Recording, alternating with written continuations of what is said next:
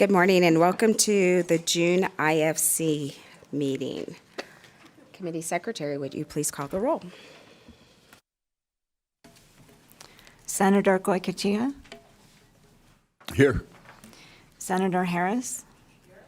Senator Neal. Here. Senator Nguyen. Here.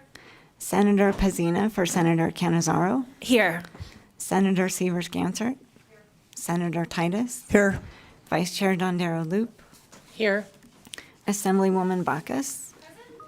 Assemblywoman Bilbray Axelrod for Assemblywoman Peters. Here. Assemblywoman Brown May. Here. Assemblyman Carter for Assemblywoman Anderson. Present. Assemblywoman Dickman. Here. Assemblyman Hafen. Here. Assemblywoman Kasama. Here. Assemblywoman Miller for Assemblywoman Howdigi. Here. Assemblywoman Mosca. Here. Assemblyman O'Neill. Here. Assemblywoman Summers Armstrong for Assemblyman Watts. Here. Assemblywoman Taylor for Assemblywoman Gorlow. Assemblyman Yeager. Chairman Moreno. And I am here, and thank you all for coming up. I'll remind the members on the IFC and those in the audience, please turn off all of your electronic devices to silence.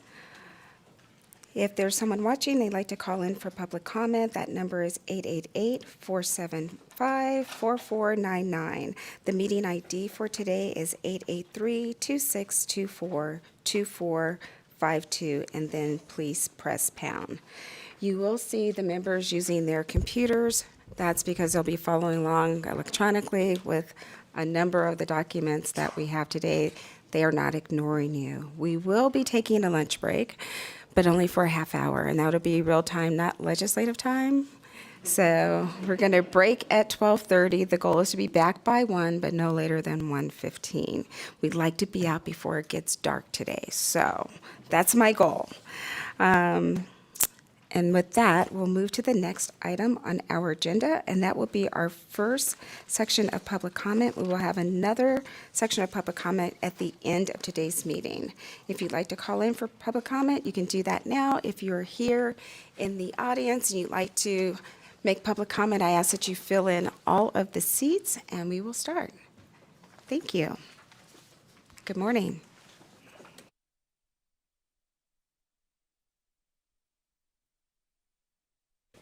Make sure you state and spell your name for the record. Make sure the mic is on.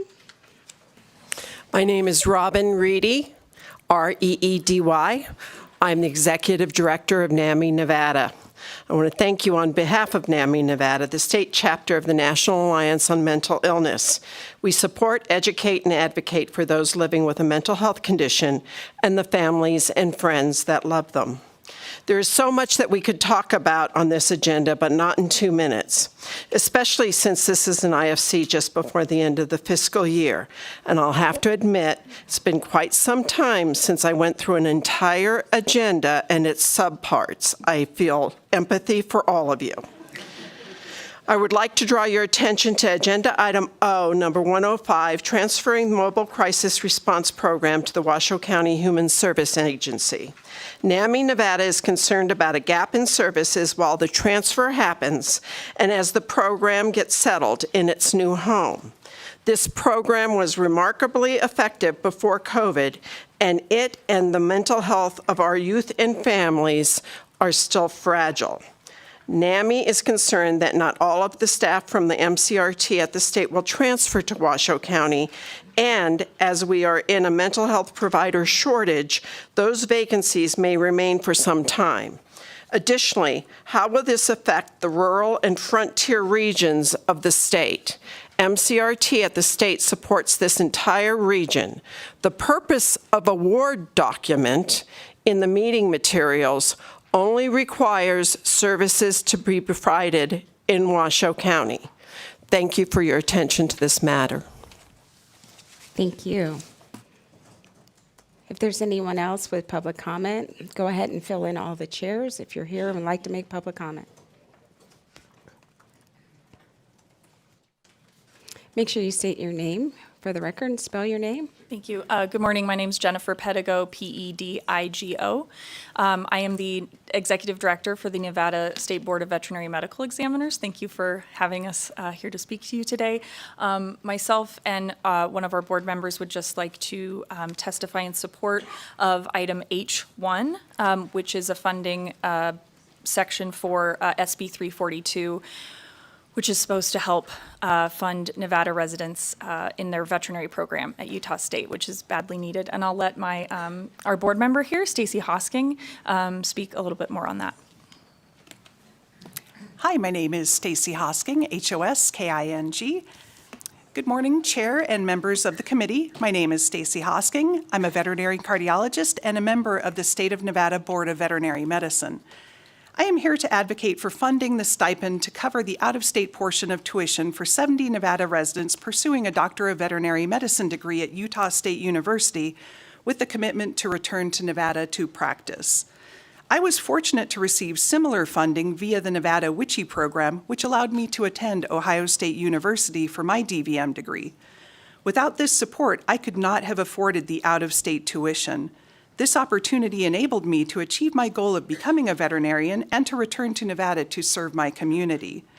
Nevada faces a critical shortage of veterinarians, which affects pets, livestock, food safety, public health, and the agricultural sector. We can equip more Nevada residents to address this urgent need by funding the stipend. Investing in the education of Nevada residents is a strategic investment in our state's future. It ensures the long-term health and prosperity of our communities. In conclusion, I urge you to consider the profound impact of this funding. It will enable talented Nevada residents to pursue their dreams, alleviate the veterinarian shortage, and contribute to Nevada's well-being and economic stability. Thank you for your time and consideration. Thank you. Go ahead. Good morning, Madam Chair and members of the committee. My name is Dylan Moss, M-O-S-S for the record. I currently serve as the Director of Government Affairs for the Associated Students of the University of Nevada, and I'm here today to express my support for item H, the request for allocation of funds pursuant to Senate Bill 342, passed in the 82nd session. This request will allocate I believe, $8 million to enter into a contract with Utah State University to establish a veterinary medicine program for our students in Nevada. I urge the committee to approve this request. The funding allocation represents a significant opportunity for Nevada to address prevalent student issues, particularly career readiness, ultimately benefiting our state and its residents by removing substantial barriers and providing the means to pursue their futures. Last year, the Department of Government Affairs, under the former director, conducted a student needs assessment. This reached over 4,000 of our students on the University of Nevada, Reno's campus. One of the most common issues identified by our students was career readiness after college, with 41% of our students highlighting career development as a major concern after college. The funds allocated for this contract will provide ample opportunities for our students to pursue career paths that closely align with their goals and ambitions. This will greatly enhance their career development and allow students to grow in their chosen disciplines.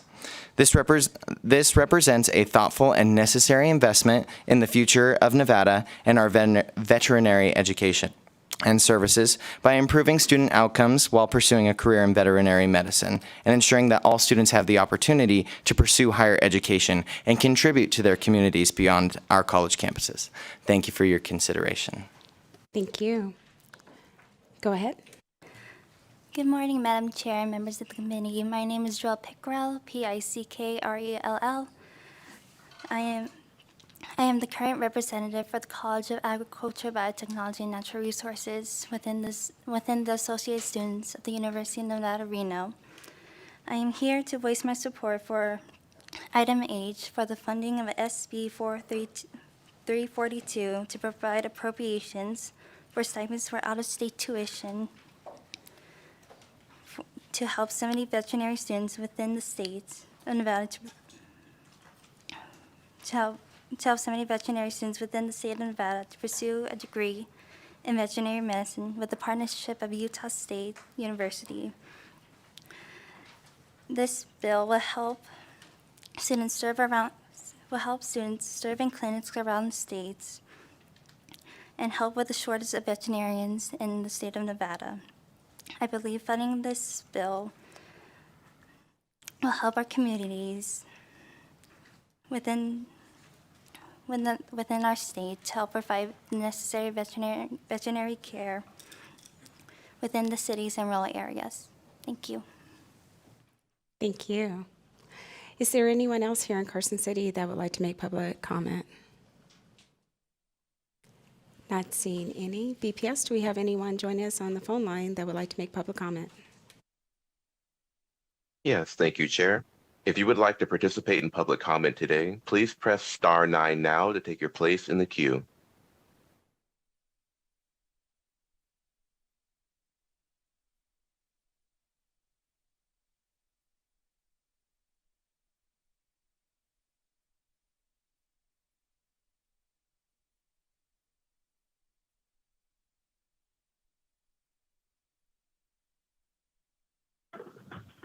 Yes, good morning. My name is Dr. John Pennell, Pennell, and I am a second-generation veterinarian. I would like to speak in favor in support of item H, SB 342. My father was a mixed animal practitioner in southern Idaho. I proudly practiced veterinary medicine in our state for 43 years. I am a past member of the Nevada State Board of Veterinary Medical Examiners and I'm the current chair of the Nevada Board of Health. I was very fortunate that at the time that I applied for veterinary school, Washington State University had a tri-state agreement with Oregon, Idaho, and Washington residents. It was still very difficult for me to be admitted, but it was not nearly as difficult as it was and still is for Nevada residents, with which essentially gone Nevada applicants have to either pay out-of-state tuition at a state university or pay an exorbitant price for 4 years at a private veterinary school. According to the American Veterinary Medical Association, the most recent median debt for new veterinary graduates was over $147,000. Obviously, veterinarians are very important to those of us with pets, but they are much more than that. Veterinarians are vitally important in protecting animal and human health. They protect our food supply, are our first line of defense against foreign animal diseases, and are often the first to research and diagnose important zoonotic diseases like West Nile virus. If a foreign animal disease such as foot and mouth disease ever hit U.S. borders, it would be devastating to our livestock population and our overall economy. Nevada needs veterinarians, period, but especially food animal veterinarians. Due to time restrictions, I can't go into detail about the federal veterinary medicine loan repayment program, which will pay up to $25,000 per year to eligible food animal veterinarians to serve in a veterinary shortage area for 3 years. Nevada currently has 5 such areas. Currently, there are more food animal veterinarians retiring each year than there are new veterinarians to replace them. I humbly ask that you support this much-needed program. This would be a monumental step forward for our profession and for our state. Thank you. Thank you. Next caller.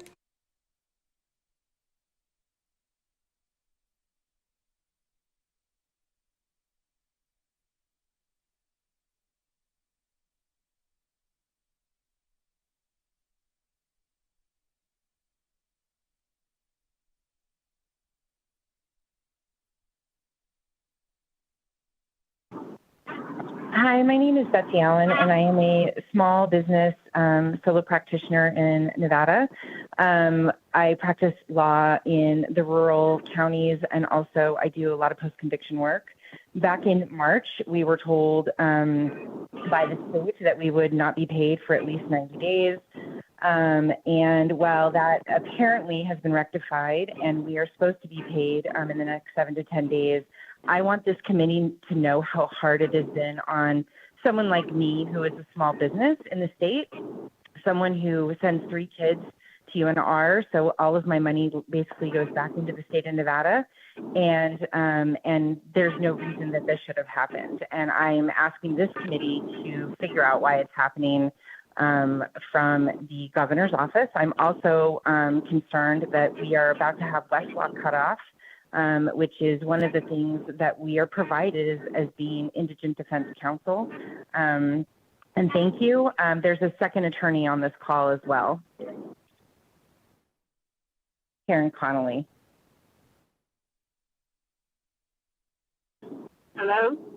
All right, Karen, you're up. Hi, my name is Karen Connolly, and I am also a solo practitioner who does a great deal of post-conviction work. mostly involving death penalty cases.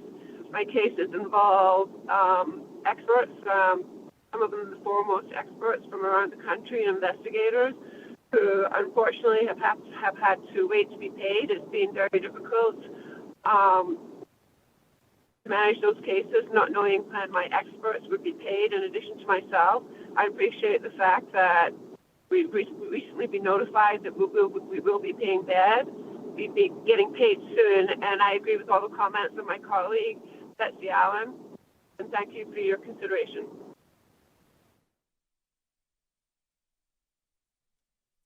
Thank you both. Do we have any other callers?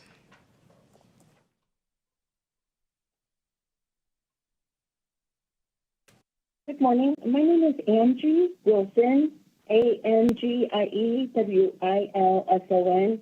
I serve as the Tribal Health Director for the Reno Sparks Indian Colony, and it's a pleasure to speak to all of you this morning.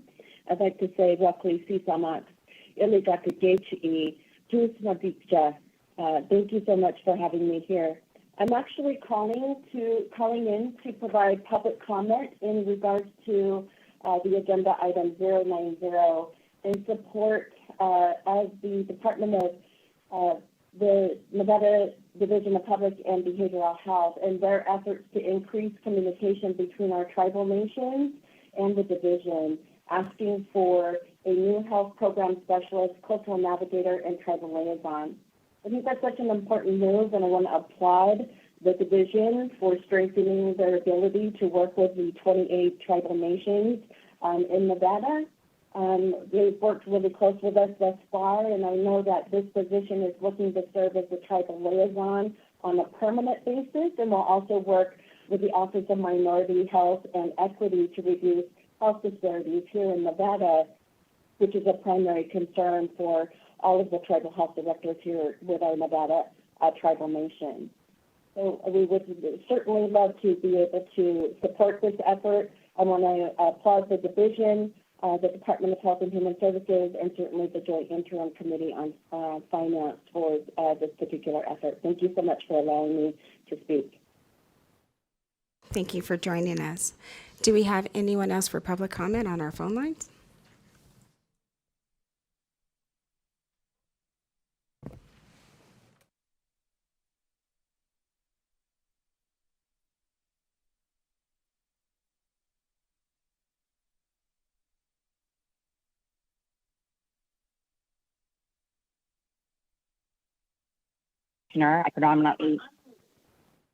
Good morning. My name is Jean Schwartzer. I am a defense attorney who does appointed counsel work for the Office of Indigent Defense, and I am paid by the state for my work. I own my own firm, and I'm a sole practitioner. I predominantly practice in the area of post-conviction. This appointed work makes up about 90% of my income, and I have been doing this for 13 years. The budget that funds indigent defense ran out of money after January 2024 invoices were submitted. I have not been paid, along with all other appointed attorneys who do this type of work, since March. We have reached out, as has the Department of Indigent Defense, numerous times to the governor's office regarding when the budget will be replenished and when we will be paid. We were given numerous conflicting responses, or given no response, for weeks.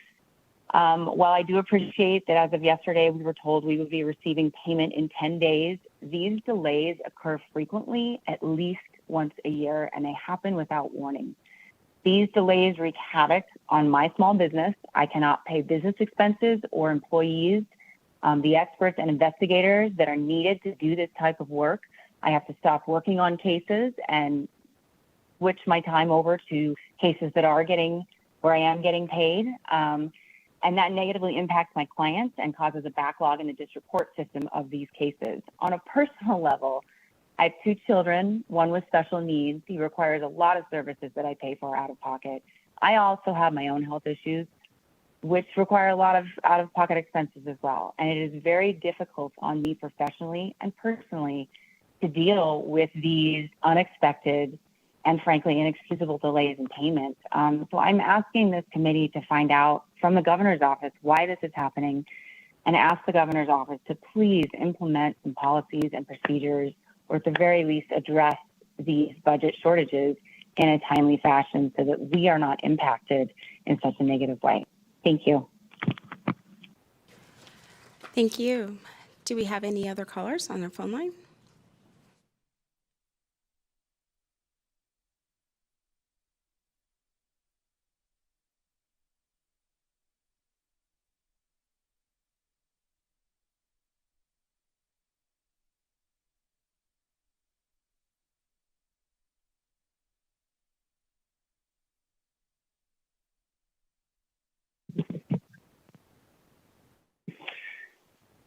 Good morning. My name is Boyd Spratling. I practice veterinary medicine in a very rural northeastern part of the state.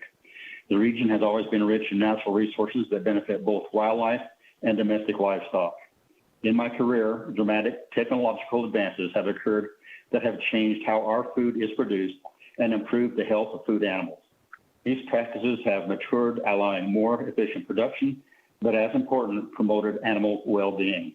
I work with cattle and horses. The equine is still a solid tool and close companion of the rancher. My family has ranched in Yoko County since 1962. Having been raised in the ranching culture has been foundational in my ability to successfully provide veterinary medical care to animal agriculture.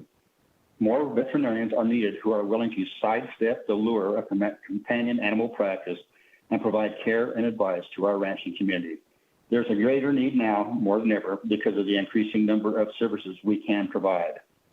Working with multi-generational ranching families has been part of the immense satisfaction that accompanies rural practice. They are not only my clients, but lifelong friends. This opportunity to work with USU in their initial steps of forming an accredited school of veterinary medicine is both timely and beneficial to Nevada's veterinary community, and also the animals they care for. Providing a tuition subsidy through WICHE to eliminate the added cost of out-of-state fees will be a tremendous benefit to promote graduates returning to the state of Nevada. I personally benefited from the WICHE program 49 years ago as a young student pursuing my degree. Both Nevada's citizens and their animals will reap the fruits of this endeavor. Thank you.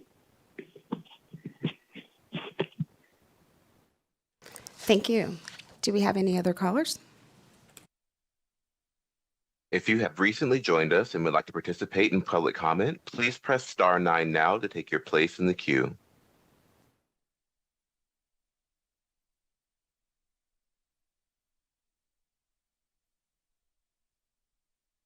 Thank you, Chair. There are no other callers wishing to offer public comment at this time. Thank you so much. Speaker Yeager?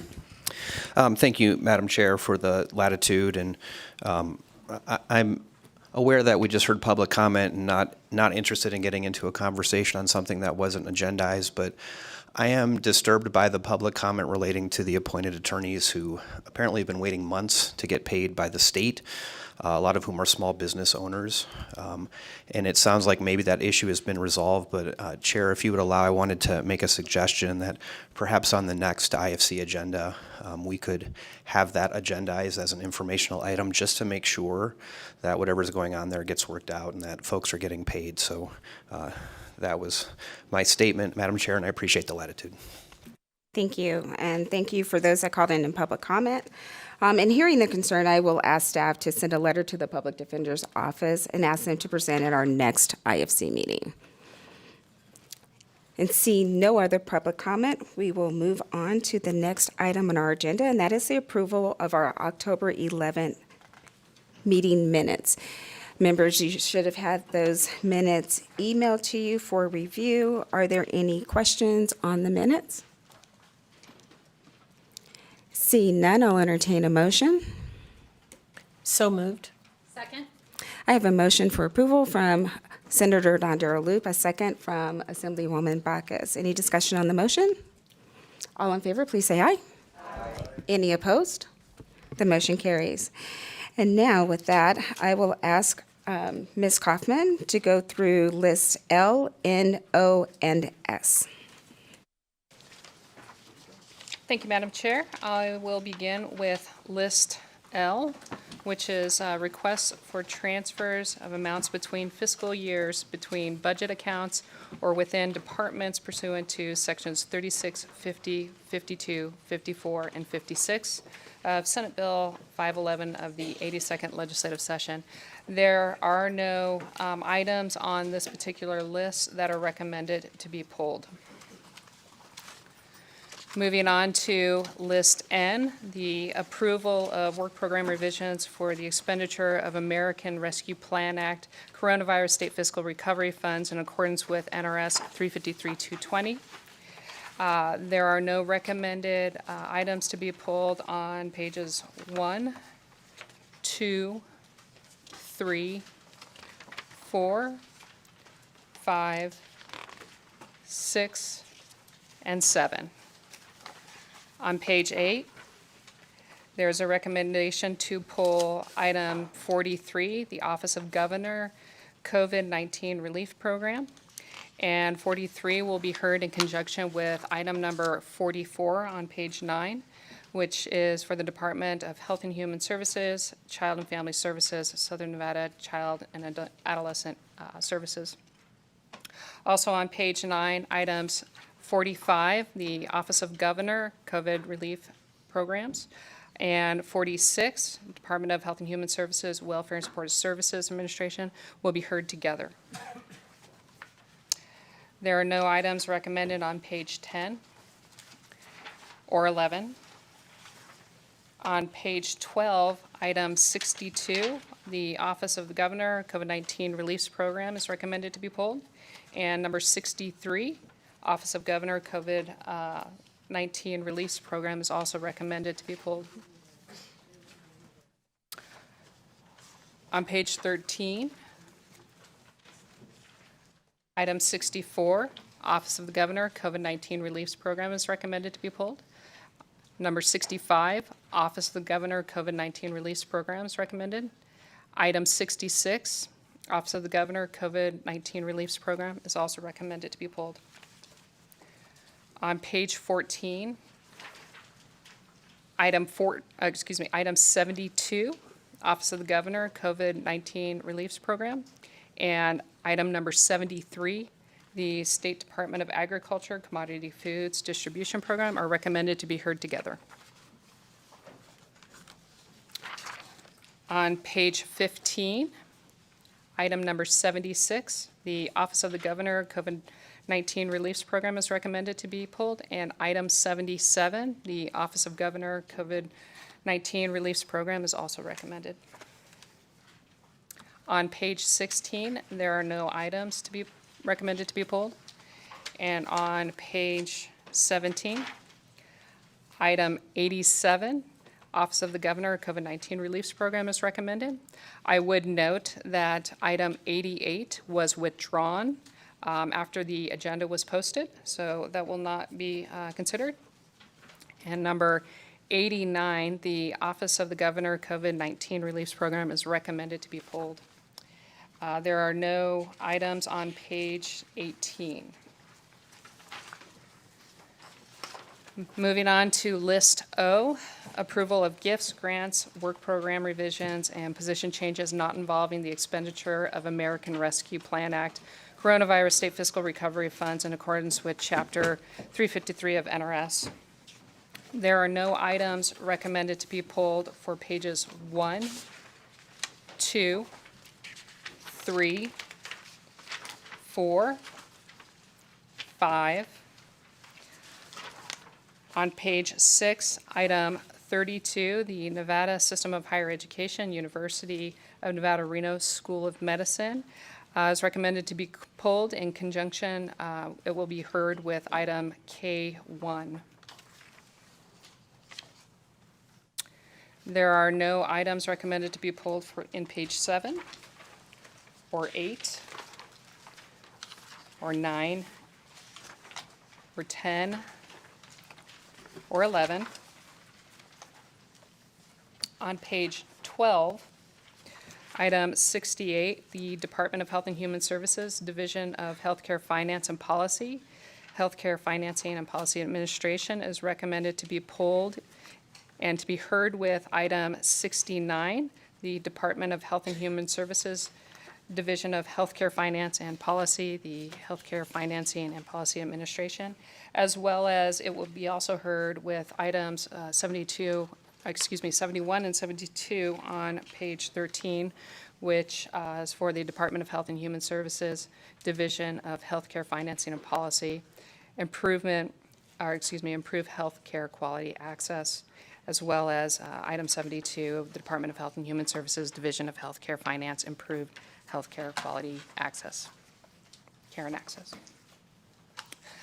There are no items recommended to be pulled on pages 14, 15, and 16. On page 17, item number 94, the Department of Health and Human Services, Division of Welfare Services Administration, is recommended to be pulled in conjunction with items N45 and N46, which was previously identified on that particular list. There are no items recommended to be pulled on page 18 and 19. On page 20, item 110, the Department of Corrections Director's Office will be heard in conjunction with K2, as well as on the next page, items 016, which is Department of Corrections, High Desert State Prison, and will also be heard with item 118 on page 22, which is Department of Corrections, Northern Nevada Correctional Center, and item 0126, which is on page 23, Department of Corrections, Three Lakes Valley Conservation Camp. On page 24, item 134, the Department of Motor Vehicles, Department transformation effort is recommended to be pulled. And on page 25, item 140, the State Department of Conservation and Natural Resources, Division of Forestry, Fire Suppression is recommended to be pulled and heard with item G. There are no recommendations for page 26, 27, or 28. Moving on to list S, information items. There is only one item recommended to be pulled, and that is S1C, which is the Governor's Office of Finance quarterly report on core.nv, and that will be heard in conjunction with item I. Madam Chair, that concludes the list of items that were recommended to be pulled, and I'd be happy to answer any questions.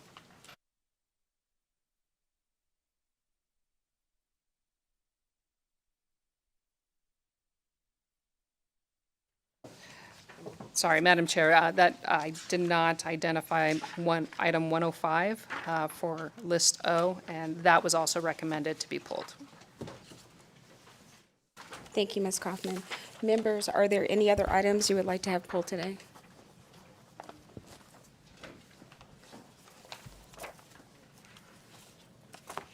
Okay, not seeing any, I will entertain a motion to approve all of the items that were not pulled for discussion today.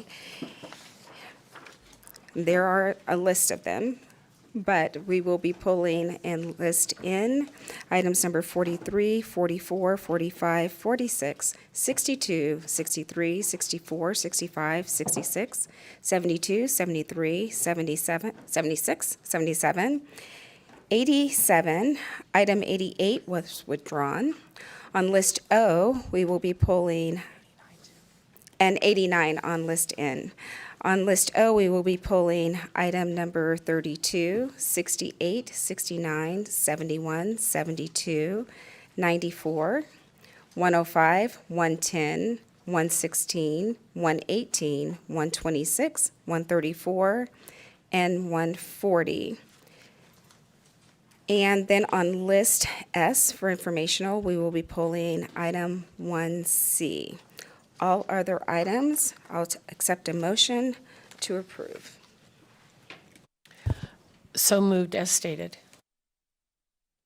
We have a motion and a second. Any discussion on the motion? Seeing none, all in favor, please say aye. Aye. And then, any opposed? Motion carries. So, for those of you that got up early, thank you for joining us. You're lucky you can leave. And the committee will stand at ease while folks leave the room.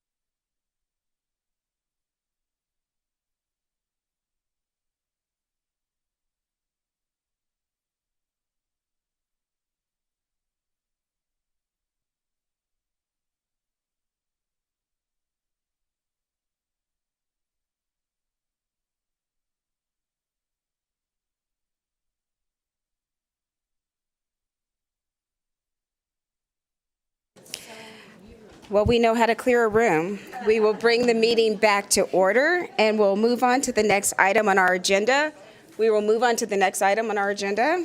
Agenda item D, which is the statement of our IFC contingency account balance. Ms. Kaufman, would you go through the contingency account? Thank you, Madam Chair. The contingency statement was provided in the committee's packets in agenda item number D. However, there has been a revision, so on the dais, you should have a loose leaf copy. It's also been uploaded onto Nellis for the public to view. So the revised contingency statement, beginning with the summary of the unrestricted general fund contingency account. Prior to actions taken of the IFC, there is currently $16,473,951.32. There are 5 recommendations for fiscal year 2024 in the amount of $3,284,441, and 2 requests for fiscal year 2025 in the amount of $218,889. If all recommendations are passed, there will be $12,970,721.32 in the unrestricted general fund IFC contingency account. With regards to the unrestricted highway fund, prior to actions taken in the IFC, there is $1,184,685.35. There are no recommendations for either fiscal year 24 or 25, and so that would also be the balance at the end of the IFC. With regards to the restricted general fund and highway fund IFC contingencies, there is currently $193,766,202. There are $44,695,597 recommended in fiscal year 2024 requests. And for fiscal year 2025 requests, there are $8,076,132. If all of the recommendations are recommended by the IFC, there will be a total of $159,442,154 in the restricted general fund and highway fund account for the contingency account. Madam Chair, I'd be happy to answer any questions. Thank you, Ms. Kaufman. Members, this is informational only. Do you have any questions? Great. Thank you so much, Ms. Kaufman. Seeing that, we'll move on to our next agenda item, and that is agenda item E. And we will hear agenda item E1 and 2 together. There are requests for allocation from the IFC Contingency Account General Fund pursuant to Section 1 of Senate Bill 231 of the 82nd Legislative Session. And I will ask the school districts, Mineral and Pershing, if you're in the room, to go ahead and come to the table.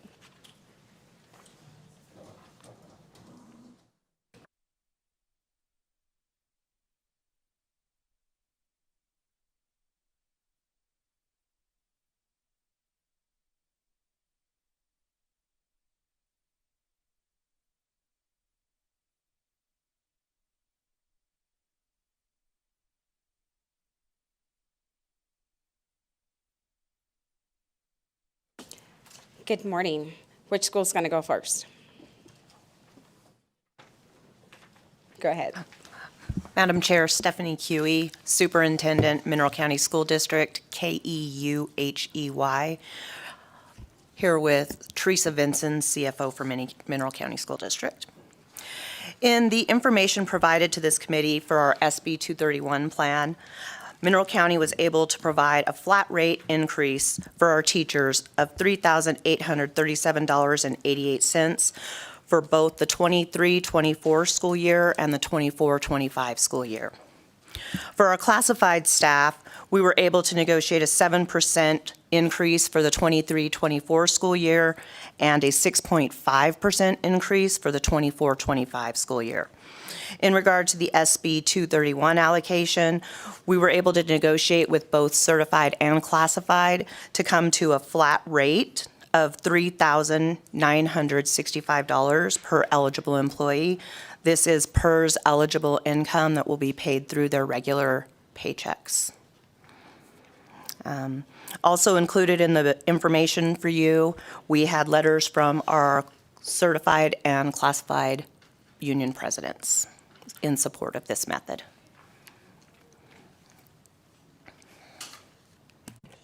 Thank you. That was really quick and simple. And we do have the backup documentation in volume 1 of our many books that are on our desk today. So thank you for that. You can go ahead. I'm Russell Fecht, Superintendent of Pershing County School District, so FECHT. Pleased to be here today for the opportunity to present for an allocation of $761,877 allocated to PCSD through SB 231. The Pershing County School District has negotiated with our groups a 12% base salary increase for all groups for next school year, the 24-25. As we had agreements in place for the 22-24 school year, which made us ineligible to sit in front of you without reopening So our plan is to be able to utilize the $761,000 plus to provide an 8.25% enhancement during the 24-25 school year for all eligible employees. And that's basically it. You should have everything in your packet that supports that request, and always open to questions. Thank you so much. Members, any questions for either school district? All right, not seeing any. Thank you both for the presentation. Thank you. Seeing we have no questions, members, I'll entertain a motion to approve. So moved, Madam Chair. I have a motion from Senator Dondero Loop, a second from Assemblywoman Bacchus. Any discussion on the motion? Seeing none, all in favor, please say aye. Aye. Any opposed? The motion carries unanimously. Thank you so much for joining us here today.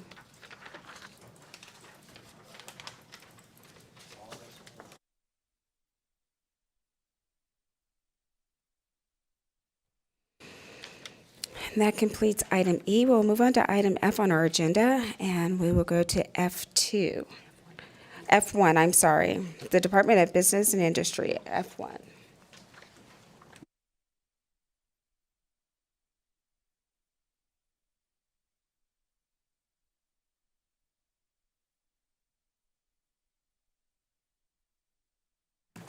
Good morning. You can go ahead when you're ready. Thank you, Chair. Good morning. Perry Fagan, Deputy Director with Business and Industry, and with me today is our new Deputy Director, Nikki Haig, over boards, commissions, councils, and standards. Today, we are here to request an allocation of $218,889 to continue the support of the one Deputy Director position and the associated costs for fiscal year 2025. This is by the pursuant to Senate Bill 431 of the 82nd session, and we're here to answer any questions if you have any today. Thank you very much. Thank you so much. Members, do you have any questions for business industry?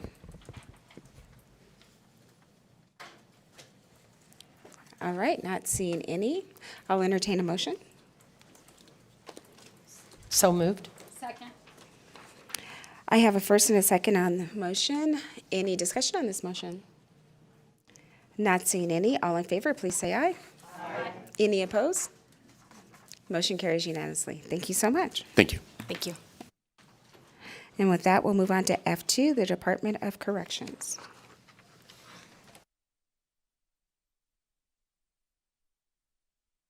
Good morning, Madam Chair, members of the committee. Deputy Director Shea, Nevada Department of Corrections, here before you today, this morning, to request an allocation from the Interim Finance Committee's contingency account to cover projected shortfalls due to increased electricity, natural gas, and water and sewer utility costs department-wide. Based on updated projections that the department prepared last week, we'd like to amend the ask from what's on your agenda to align with what was approved by the Board of Examiners from $3,938,502 to $3,119,234. The primary driving factor for the Interim Finance Committee contingency account request and the shortfall in utilities is due to increased electricity, gas, and gas rates. For electricity, we are experiencing on average a 42% rate increase department-wide compared to fiscal year 2024 budgeted amounts that were approved by the legislature. For gas and propane, we are experiencing on average a 51% increase compared to fiscal year 2024 budgeted amounts approved by the legislature department-wide. After a thorough analysis of our utilization at each institution, we are experiencing on average a 5% reduction in electricity department-wide and a 10% reduction of gas and propane department-wide compared to our base budgeted year, fiscal year 2022. The primary driving factors for the reduction of the utilization in gas and electricity are primarily due to LED light replacements that have been done and completed at our major institutions, as well as projects that were approved by the Capital Improvement Program, including new boiler replacements and control system replacements department-wide. I'm available to answer any questions that the committee may have at this time. Thank you so much. Senator Loop. Thank you very much, Madam Chair. So has the department, I'm kind of behind my assemblyman in front of me. Has the department introduced any new measures to reduce energy consumption to help with those rate increases? Yeah, Deputy Director Shea, for the record, thank you for the question, Senator.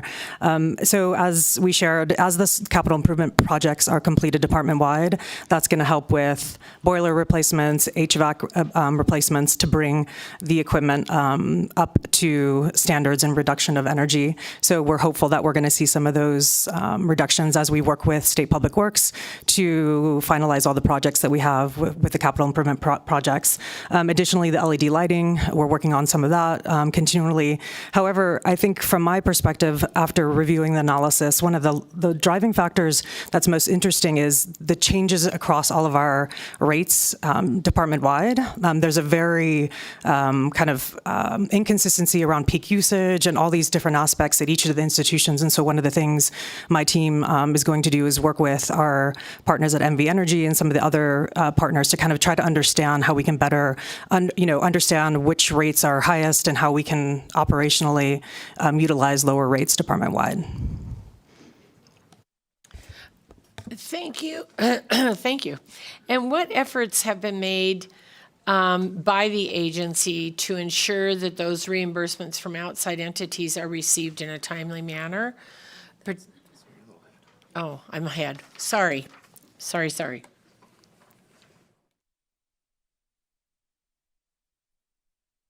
Senator Neal.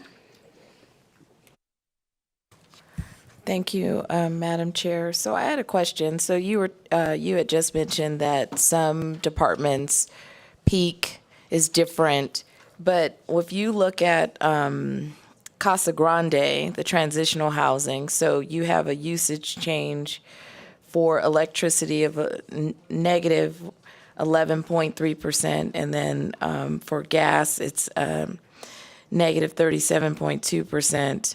And then on the trash, they have like 8. So my question is, what is Casa Grande doing, right? So you have these increases, but then you have some usage change. Although that's a smaller facility, it's transitional. But what are they doing? Madam Chair, may I go directly to Senator Neal? Go ahead. Thank you. It's a good question and a really good, looking at the data and seeing the trends. The reason why Casa Grande has such a larger reduction isn't because it's exemplar. It's because half of the facility is actually shut down right now with a project that we're trying to complete for mold abatement. Thank you for that. Madam Chair, can I have a follow-up? So on Northern Nevada Correction Center, and this is the trash. Well, I want to talk about you have on the gas and propane, you have a rate change of 119%, and then you have a negative 18.1% there on the gas, and then you have a negative 7.3% with trash, and then the same thing when you go to Carlin, you have a negative 8%. So what's happening at the Northern Nevada Correction, and then what's happening at Carlin around the trash? Thank you, Senator Neal, for the question. I'd have to follow up with your staff with the answers to the specific questions you have around the trash reduction, just so I can make sure I provide the committee with accurate information. Yeah, because I thought, and I don't know how it is up here, but I thought trash and sewer were combined. Are they not? And if I may, Senator, at the rurals or in most of the institutions, we have our own what we call waste treatment plants. So the majority of our sewer is not on like state or city sewer lines. Okay. Well, I definitely want the answers because I'm super curious about, the usage change at the Northern Nevada Correctional Center and then the negative on the trash rate change in Carlin and Northern Nevada. Because it just seems to be like you have a rate, and then on the high desert, you have a rate change of negative 6.4%, and then you have a usage change of 31.7%. So you have a rate change that went down and then a usage that went up at high desert. So I think it would be interesting to see what's happening there. Deputy Director Shea, for the record, we'd be happy to follow up with staff and provide additional details for you, Senator Neal. Okay, thank you. Thank you, Madam Chair. Thank you, Senator Neal. Any other questions? I have one. You had mentioned a number of capital improvement projects that the department has going on that would help mediate the costs that you're seeing in increases with some of the items that you're requesting funding for today. The Department of Corrections seems to be at IFC at every meeting I have been at, requesting funding. As you look forward to completing those CIP projects, do you have the funding you need to do those, or are we going to anticipate you coming back again and asking for more money? Thank you, Deputy Director Shea, for the record. I would love to be able to answer that question, but I think that question is more aligned for the State Public Works Director because most of that funding is outside of the NDOC budgets and actually sits in the Capital Improvement Program budgets. So I don't have responsibility for those. You may not have responsibility for those, and I appreciate that, but you do have conversations with them and know if they are on target. Are they on target with the funding that they have? Deputy Director Shea, for the record, I don't have the information about all the projects that we have going on. Normally, the information that we get is their timelines, where they're at with the design, or where they're at with different aspects of the project from a timing perspective, because it impacts our capacity and how we have to close housing units and move offenders around. So I would welcome if anybody's here from State Public Works to approach the table if they have any information about our current funding for capital improvement projects and if we expect any overages for Department of Corrections. I see someone coming to the table to phone a friend.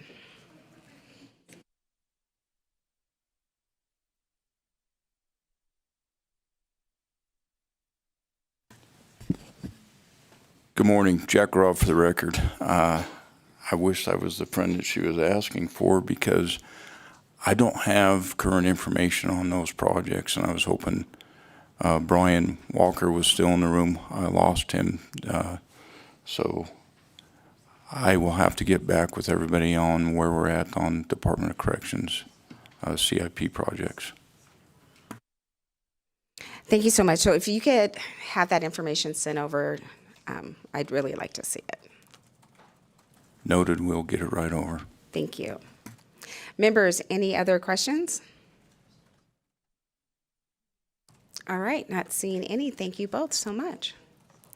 Members, there was a stated adjustment to the request, and that's been listed in your backup documents. Saving a few dollars. So, with that, I will entertain a motion. So moved.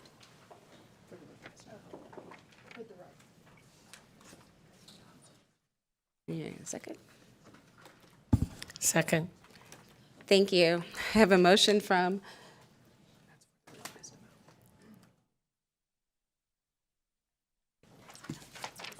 it's a new one. She did. And you have the motion for the revised amount that will be put into the record. That's correct, Your Chair.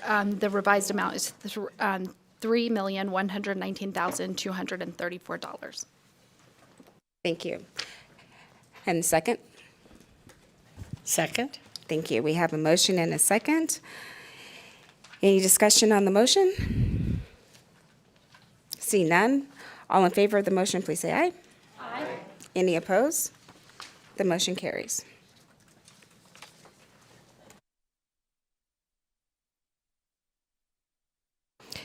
And with that, we'll move on to item F3, the Department of Public Safety.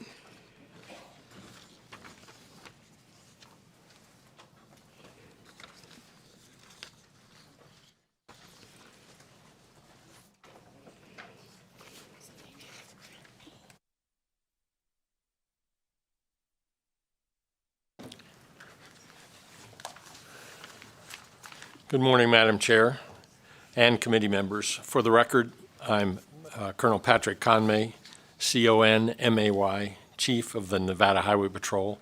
With me today is Jennifer Ramos, ASO, and Major James Simpson. This request provides a general fund contingency of $165,207 to fund an anticipated shortfall in state fiscal year 2024 in the Nevada Highway Patrol Dignitary Protection category, based on actual and projected costs associated with providing protective services to visiting dignitaries. Excuse me. Presidential and vice presidential visits to both northern and southern Nevada have already exceeded this fiscal year's budgetary authority in the Nevada Highway Patrol Dignitary Protection category, which is the only category funded by the general fund in Highway Patrol's budget account 4713. This request reflects our best effort to make an accurate estimate of potential fiscal year 2024 costs to include both actual and projected visits for this fiscal year. However, I want to note that the unpredictable nature of these events makes exactness difficult in anticipating additional events. Should the actual costs through June 30, 2024 exceed today's projection, the division may need to return in August to request additional funds. If the committee approves this request, any unused appropriation from this request will revert to the general fund upon fiscal year closing. And I'm happy to answer any questions. Thank you so much. And first, I'd like to thank you and all the men and women who work with you. The job of dignitary protection is an important job and a dangerous job, and seems to be even more dangerous in political heightened tension. So thank you for the work that you do and keeping your men and women safe. Thank you. Members, do you have any questions? Not seeing any, I will entertain a motion for the requested allocation of $165,207 for providing dignitary protection. So moved, Madam Chair. Second. I have a motion and a second. Any discussion on the motion? Not seeing any. All in favor, please say aye. Aye. Any opposed? The motion carries unanimously. Thank you so much. Thank you, Madam for being Chair. here. Thank you, committee. Madam Chair, Senator Dr. may I make a real quick comment? Go ahead. I want to thank all of you for your service as well, especially the one that just retired that we're sorry to see go. So my nephew just retired from the state. So thank you very much. Thank you, and we will miss him. Thank you.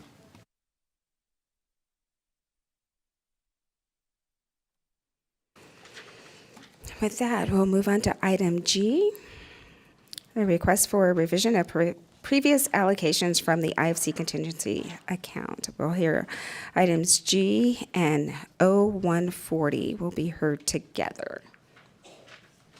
Do we have anyone here from the Department of Conservation and Natural Resources, the Division of Forestry?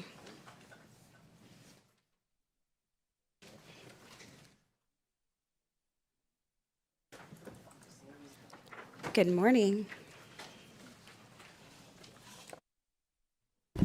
James Edelmeyer, Director, Department of Conservation and Natural Resources, and with me is Casey Casey, the State Fire Marshal Fire Warden for Nevada Division of Forestry. Morning. You can begin whenever you're ready.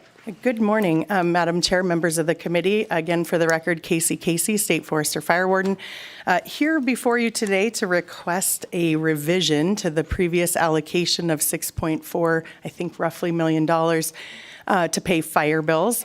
The request was to repay immediately. We are asking to repay at the end of the fiscal year during closing, if that's possible.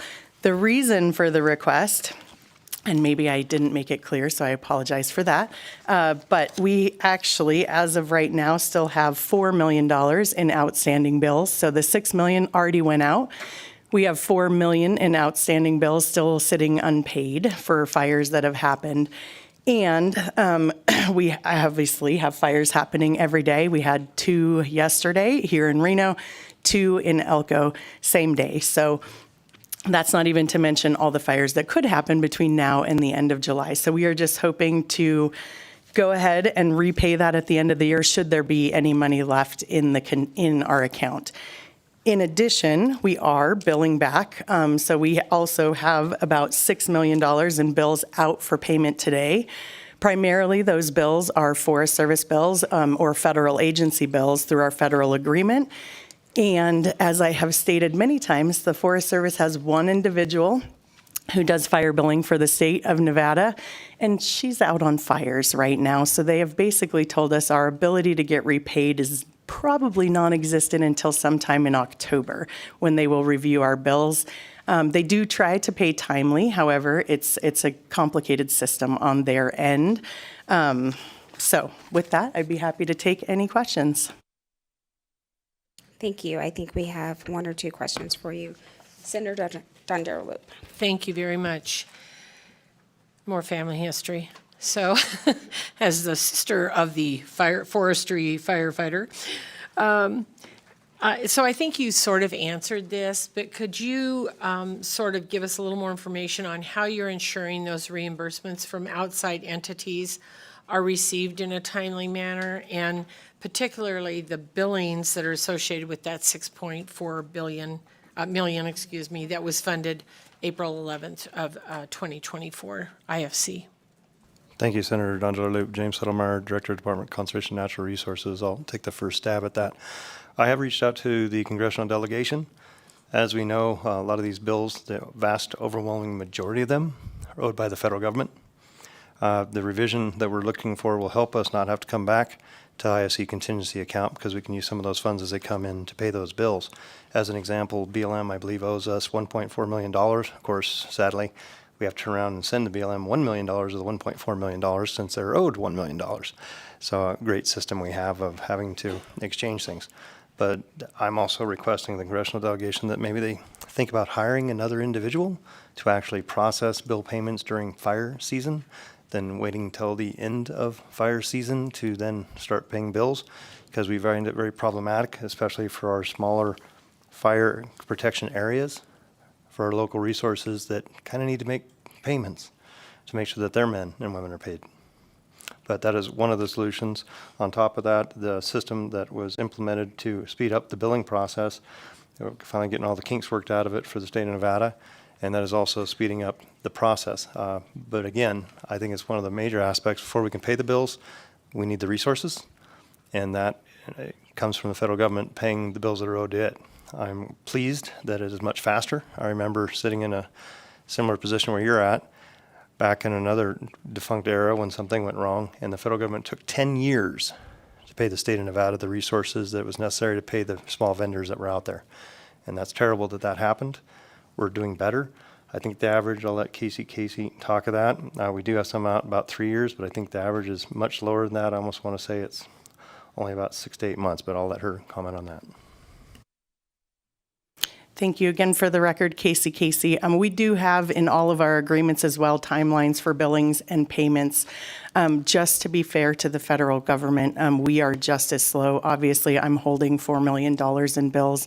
I've not paid them in months. And so I think one of the issues is, in order to get reimbursed, I must pay my bills first. And so they grant leniency as we grant leniency in payments, because we are all a little behind. So just to be fair to them.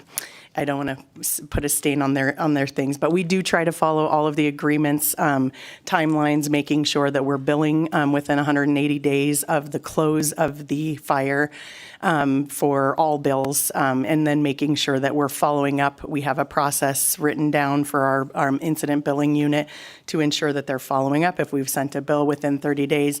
Just a reminder, too, that all of the federal government's bills go through one payment center. So once we process here in the state of Nevada, which takes a few months, it goes into Albuquerque and we go into a queue. And in the queue is every single state and all of the territories that we've helped out. And so I don't know where Nevada falls in the queue of payment. That's never up to us. So as far as trying to get the payments timely, they will at least notify us that it's coming through. But we don't know exactly when. So we do not, as I had earlier stated, anticipate a whole lot of these reimbursements coming in the next month. But we are pushing them out as quickly as we can to make sure that they'll at least hopefully come in the next fiscal year. Thank you for that. And I think one of the things that, and you touched on it, I think that most of us don't realize that firefighters are sent all over. So you can be with the Nevada Forestry or even U.S. Forestry, but you might end up in New Mexico on a fire, or Texas, or Montana, or wherever. So just as we bring in people to fight our fires when they're too big, because there aren't enough hands on deck. So, or like you said, there's 4 fires, so maybe we have to call somebody in to help with those other fires. So I appreciate that. Thank you.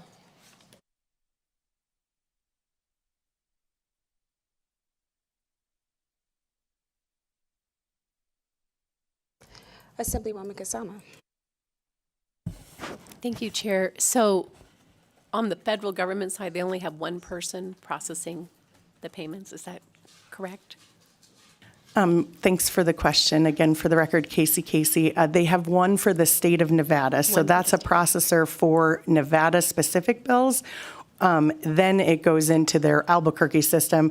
I would like to think they have more than one person sitting there. I don't know exactly how many they have. I just sitting had there. to clarify, because that just seemed crazy, honestly. Just for me to understand this whole process, so basically the funding you get from the contingency account, you're basically using it like a line of credit. Would that be true? The money is sitting there so that you can use the funds to pay your bills timely, and then waiting for your money to come in. And is this the tradition every year, every cycle, that this is what the funds are? And how much do you revert? Because at the end here, it says the money should be returned. Well, we're at the end of the fiscal year in a couple weeks. So have you collected all the bills, and is there any money that will be reverted back? There's several questions there, sorry. I hope I will answer all of them. Thank you for the questions. Again, for the record, Casey. So as far as reversions, we have historically reverted whatever is left in the general fund. In the last, I would say, I think it's 6, but I could get you the exact details. We have had no money to revert. We have actually carried forth debt almost every year because the contingency account wasn't full enough to repay the fires that happened. And so it's kind of a line of credit. It just depends on, so not every fire is reimbursable. Some of those fires are on state lands. Some of them are our jurisdiction and our responsibility. Depending on where those fires start is how it depends on how much we have to pay, and or what those firefighting efforts are for. So primarily, just for us, it's like home protection. The federal government is the lands behind it, and so a lot of the aircraft costs, a lot of the crew costs and protection of homes, those are ours. And so it just depends on the splits every year. So sometimes we get reimbursed more because of where they started and how much burned on our land. Sometimes not. So we are working to have a better funding mechanism in this account. It's just underfunded is the issue with the account, especially for the fire seasons and years that we're seeing today.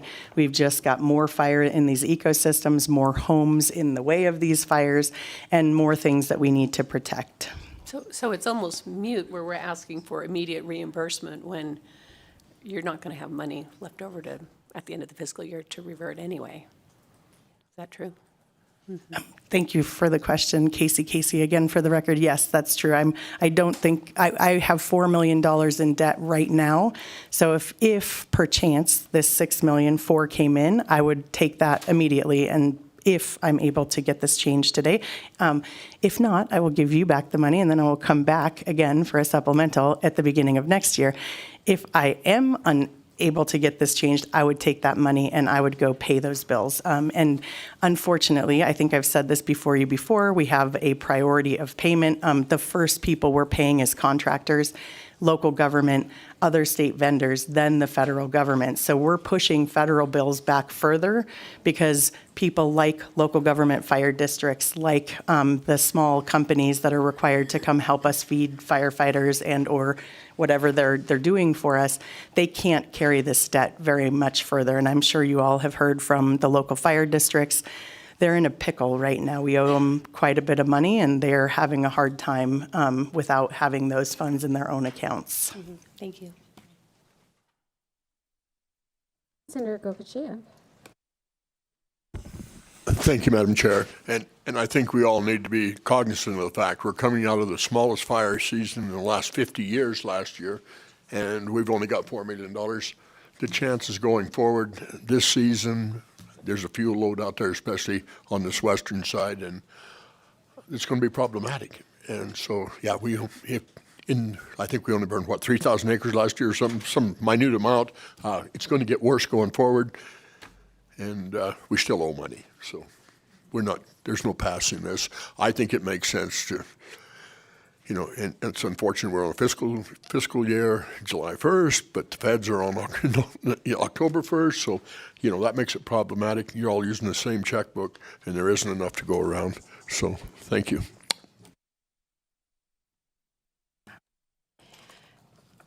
Thank you, and thank you for bringing the concern of the decision that was made in another IFC meeting. I don't think any of us understood at that time how this system plays out. It's an odd system. Everyone should make a call to their federal delegation and make sure that they're doing their job there so we get moved up higher on that payment list. But until that happens, I'd like to ask that your agency prepare a reimbursement revenue report for us, just for a presentation for an informational item at each of our regular IFC meetings through the end of the 23-25 biennium. The report would detail the amount of incident response reimbursement revenues received to date by the agency, as well as summarize any outstanding reimbursements due to or paid from outside entities. Is that okay? Thank you.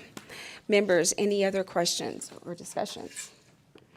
Seeing none, I believe we can entertain a motion.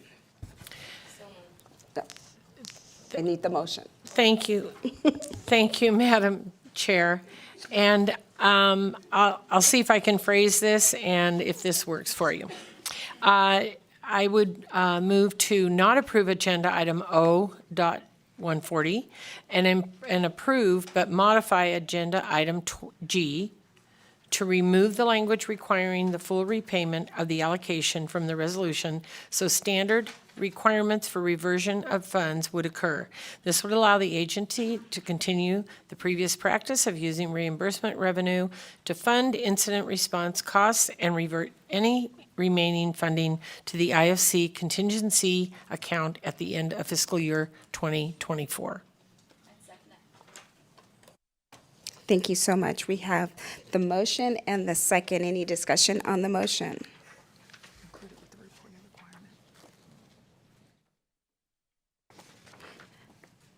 And the motion would also include the requirement for the reporting.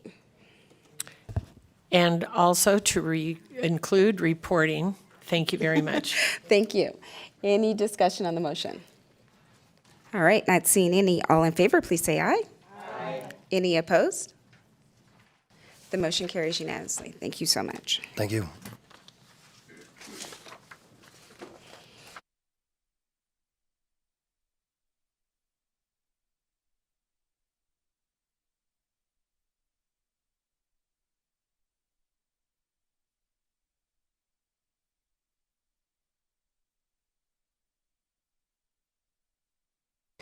Moving on to agenda item H, and we'll take H1 and 2 together, the Nevada System of Higher Education.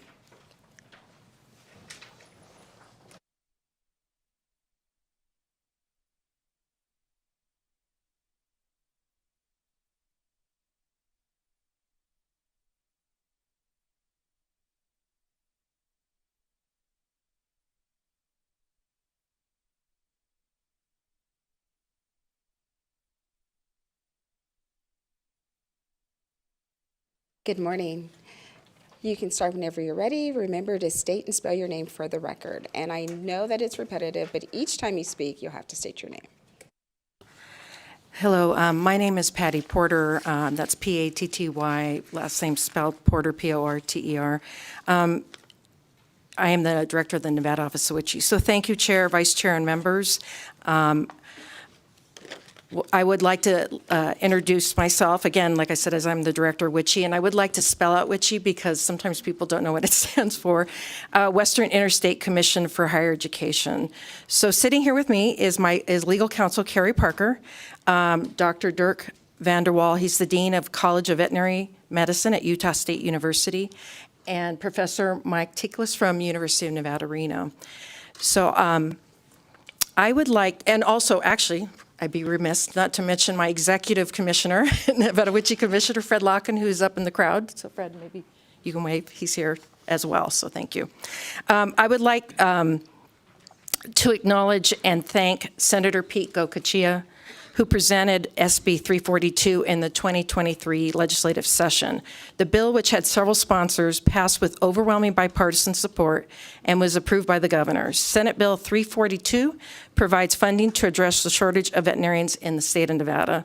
SB 342 provides an appropriation of $8 million for the Nevada Office of WICHE to contract with Utah State University for a program to provide stipends for the difference between in and out of state tuition for 70 Nevada residents to earn a degree of Doctor of Veterinary Medicine at Utah State University over a period ending in 2034.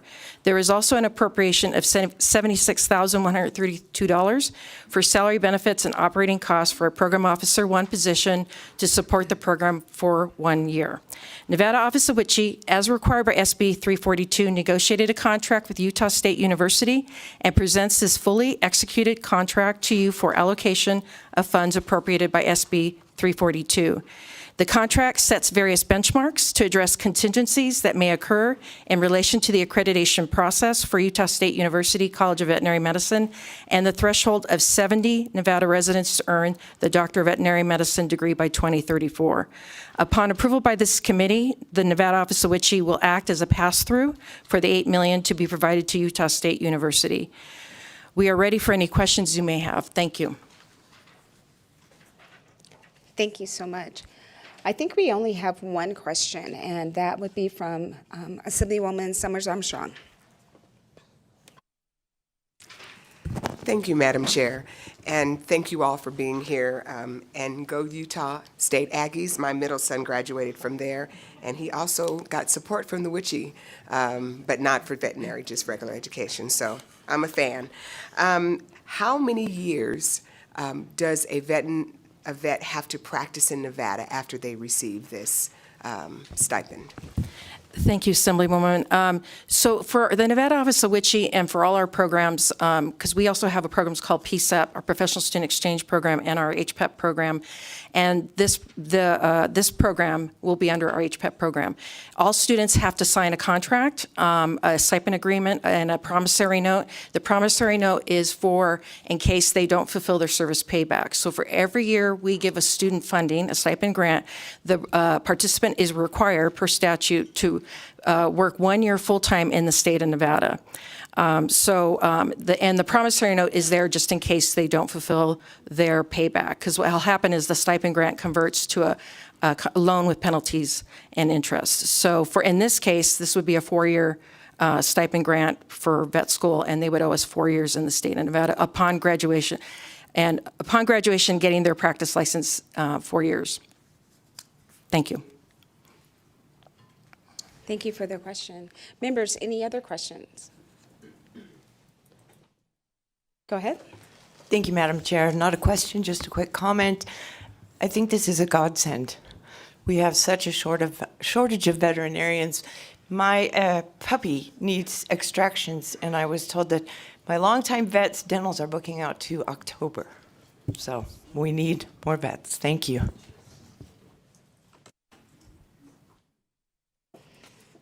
Thank you. Seeing no other questions, I will accept an approval on motion for approve for H1 and H2. So moved. Second. Thank you. We have a motion to approve H1 and H2 and a second. All in favor of the motion, please say aye. Aye. Any opposed? The motion carries unanimously. Thank you so much for being here today. Thank you, Chair. And with indulgence, thank you, Senator Gokachio. Go ahead. Madam Chair, with your indulgence, I want to thank this body for approving the bill. I think it will make a difference down the road to some of our students, and again, vet students, both large and small animal. There's a real shortage, especially in Southern Nevada with, I've got constituents there on the west side, and you know, it costs $3,000 to see a vet and you can't find one for your dog, and that's a problem. But I want to thank you all. You're the ones that signed on and supported it, and I think it's a good deal. Thank you. You have a wonderful day. And with that, we'll move on to the next item on our agenda, which is item I, and we will hear that with item S1C.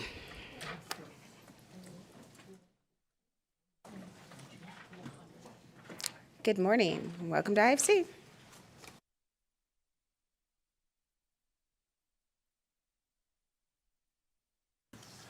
Good morning, Madam Chair, members of the committee. My name is Brian Bowles, B-O-W-L-E-S. I'm the Project Director for the Office of Project Management. With me at the table here today is the Administrator of Office of Project Management, Brady Phillips, and Chief Deputy Controller, James Smack. Madam Chair, if it would please you, we would go with the informational item and give you the report out before we move on to the work program request. That'll be fine. Thank you. All right, thank you. I'll be handing the report out, and thank you very much for inviting us back to the committee to report out on the wonderful progress and work that we've been doing on the Core NV project at the Office of Project Management. Over the last two reporting periods, quarter 2 and quarter 3, I have a very high-level list of accomplishments and highlights that I would like to share with the committee. And you have the written reports in front of you for the more details. But at a high level, some of our major accomplishments were on October 30th of 2023.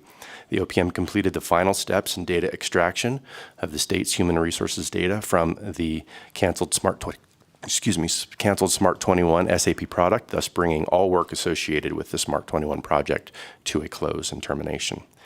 Shortly thereafter, on November 8th of 2023, official kickoff of the Core NV project and commencement of work with vendor CGI began.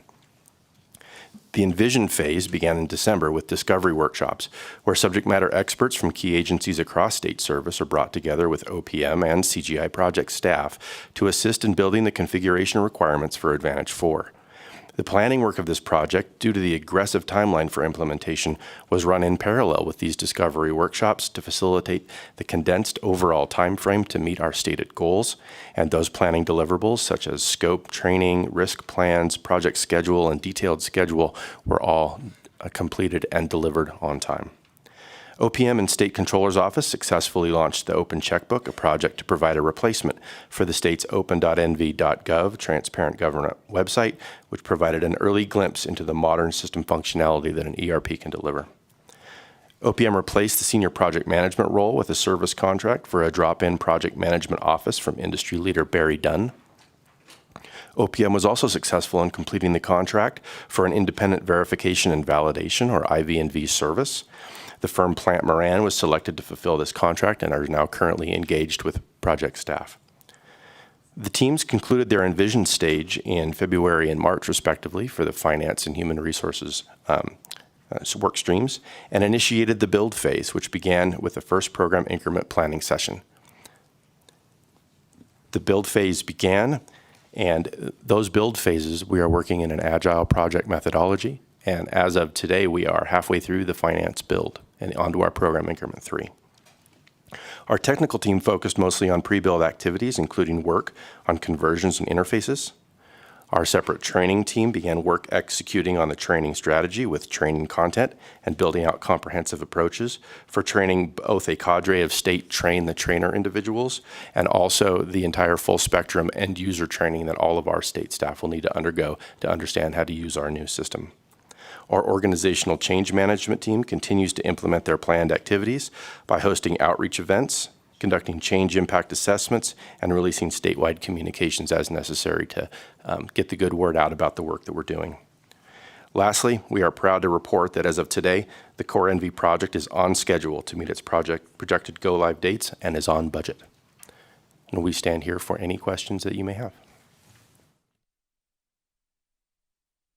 Thank you for the informational. I think we're going to hold our questions and let you go ahead and do and then we'll have the questions at the end. Okay? Thank you, Madam Chair. I would defer then to my colleague, Administrator Brady Phillips. Thank you. Good morning. Brady Phillips for the record. Last is PHILLIPS. I am the administrator with OPM.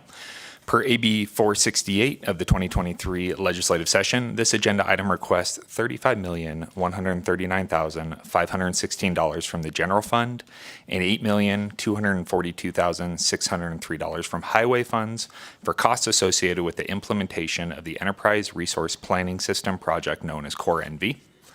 This request is for fiscal year 25 cost projections based upon the contracts negotiated with multiple vendors for this project and the needs of the Office of Project Management to ensure successful implementation of Core NV. This implementation of the Core NV project will be a phased approach focusing on minimum viable product with delivery of the base system of functionality for finance by January 1 of 25. The base system of functionality for the human resources component will be implemented by June 30 of 2025. This concludes my presentation, and I stand ready for any questions you may have. Thank you. I know that we do have a few questions. I'm going to start with Assemblywoman Backus. Thank you so much, Madam Chair. And you guys said a couple words that make me happy: on time and within budget. So very happy to hear that with some technological software. Sitting here, and I'm kind of walking through in my mind, when we passed AB 468, the understanding was we were replacing Smart 21 with this new system, the Core NV. And I missed this in February. I know we kind of talked about, we had a presentation, but I was diving into it, and this is like a budgetary, and I'm glad the deputy directors here from the controller's office is, we had software that the controller's office was using and financing. I'm assuming there was public licensing and employee staff that was working on that prior system. But somehow the new system, the Nevada Open Finance Portal, is now in the Open Core. Is that going to, one question is going to, is that going to create an increase to that? And then I was curious, I didn't think that AB 468 contemplated the change of that system. And I'm trying to work that out through my head, and if there's going to be a budgetary change coming the next legislative session, reducing the cost to the controller's office if we're switching it over to OPM. Thank you for that question. Madam Chair, James Smack, Chief Deputy Controller for the record, and no objection to me addressing the Assemblywoman directly. You can go directly to the member. Thank you, Madam Chair. As far as the open checkbook goes, the plan is we are going to be continuing the engagement with Tower Technologies, and that will be coming in as a budget request from the State Controller's Office for FY 26 and 27. The approximate dollar amount of that would be the ongoing software as a service contract, which would be in the neighborhood of $78,000 for fiscal year 26. And I don't have the exact figure for fiscal year 27 because I'm still working on obtaining that from Tyler, but I figure probably a 5 or 6% inflation adjuster or something like that would be added to that $78,000 figure. So quick mathematics, probably about $82,000, $83,000, somewhere in that neighborhood, and that will be within the State Controller's Office budgetary request for fiscal year 26 and 27. Hence, the reason why we wrote the contract the way that we did is a joint contract between the Office of Project Management and the State Controller's Office, so we could assume those costs going into our next budgetary request. And since it kind of felt like that was a little outside of the intention of AB 468, are there plans for the Office of Project Management to approve any other type of existing software that kind of goes out beyond what was being done with the Smart 21 that Core NV was supposed to replace? For the record, Brian Bowles, Project Director of OPM. Madam Chair, if I may go direct as well. Thank you, ma'am. At this time, there are no further plans for the OPM to engage with any outside software other than the contracts that we already have contemplated.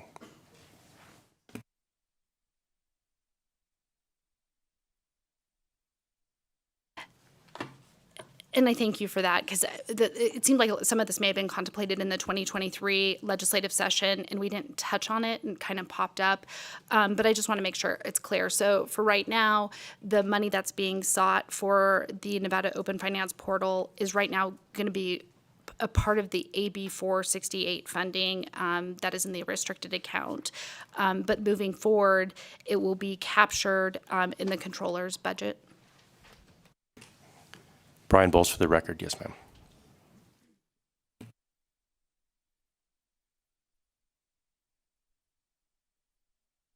Assemblywoman Summers Armstrong. Thank you, Madam Chair, and thank you for the presentation. I am concerned about a term that you used, and that was base. And from someone who used to be a user, base means basic. And I'm curious as to whether or not what you are designing or what you've been testing is limited to your base functions, and does it have any growth potential that will end up costing more money in the future to have to upgrade or expand either your contracts, training, or capability of your software to be able to incorporate more functions? Thank you for the question, Assemblywoman Summers Armstrong, and ma'am, if I may go direct as well. So when we talk about base or a minimum viable product, it was always the intention of this project, as was communicated to this body in October and in previous session, that our initial platform deployment of our phase one of the project was that base system, that minimum amount that we need to build in order to get off of our old and fraying legacy systems. That is our phase one of our project. But if you would look in the documentation that you have in front of you, we have a massive phase two that is set to start in September of this year with its own envision phase, which we are calling the business transformation. That is all of the growth potential and addition of all of the modules and extra efficiencies and power of a modern ERP system that this project is going to build into the future. It has always been our intention that to get up and off of our old systems as quickly as possible, which is why we're doing a phased approach. But we have within the scope and budget that we have before you all of the work to modernize and complete that business transformation within the timelines documented in the documentation that you have, ma'am. So as I said before, I've been a user before, and one of the things that we always saw is that the users, the people who are using and doing the work every day, often are not included in the discussion about how systems work. And I know this was a quick turnaround for you all, but I'd like to know more about how you've included your employees and the end users to ensure that you are incorporating, because oftentimes what happens is that when they're not included and then it doesn't work, then you end up spending more money for vendors to fix what, if you had just asked your employees and the end users, could have been considered in the beginning. Thanks. Thank you for the question. Brian Bowles for the record. You're absolutely right. That was one of the lessons that we learned from the previous failed project. You heard me talk about discovery workshops in the envision phase. That is when we brought in subject matter experts, the end users, the super users of the system, into our offices and conducted lengthy interviews with them, with our vendors present, to determine exactly how the system needs to be configured for the end user experience. And so we've had early and often input from our end users, and we continue to have early and often input from our end users. For example, we are currently engaged in user acceptance testing. In a normal project or a normal traditional waterfall style project, you would have user acceptance testing done after you've built all of your software. We are using an agile methodology, which means that we build a little bit of the functionality and then we are immediately releasing that to our end users on incremental user acceptance testing so we can get their input again early and often to find out if the system is working for them. Assemblywoman Kasama. Thank you, Chair. So following up, I guess, on those workshops and that, when we had the SMART system before that has been scrapped, didn't we do those type workshops at that point? I guess I'm wondering, is there a redundancy and this added to the cost because didn't you do that with SMART and you could have used the outcome of those workshops to move forward with the new core? Thank you for the question, Assemblywoman Kasama. Brian Bowles for the record. Those workshops are primarily intended so that the vendor can understand state processes. We had a new vendor and we have a new product. And so when the vendor is making decisions about how to configure their product, they need those discovery workshops. So it was not duplicated work, ma'am. It was work that was necessary to understand how to configure the new product that we were implementing. I see, thank you. Can I have another question, Chair? So with the new vendors, do we have in their contract, because obviously we've had huge overruns here that are staggering, but with the new contract, do we have in the contract that there are penalties for not delivering on time, for budget overruns? How are we controlling it so we don't face the same things that we have in the past? Thank you for the question, ma'am. Brian Bowles for the record. Everything in the cost schedule that is compensable within this project is based on a deliverable acceptance criteria. Every dollar is tied to a specific tangible deliverable. And there are no specific penalties that are dropped into the contract based on non-performance, but the simple penalty is if the state does not accept the body of work that is represented by the deliverables that are delivered and accepted to us, then we pay nothing for that deliverable. And that would include cost overruns that you will withhold payment because they presented to you incorrectly, their budget at the beginning? For the record, Brian Bowles. Since every one of the compensable items is a deliverable, we're not operating on a time and materials type of contract. So any budget overrun or excess cost to the vendor is borne by the vendor, and each one of those deliverables has a dollar figure associated with it directly in the contract. So we have experienced no cost overruns as a result of the methodology in which that we wrote the contract. So it sounds like we've improved that methodology with this new vendor. We hope so. Yes, ma'am. Thank you. Members, any other questions? Assemblywoman Bacchus.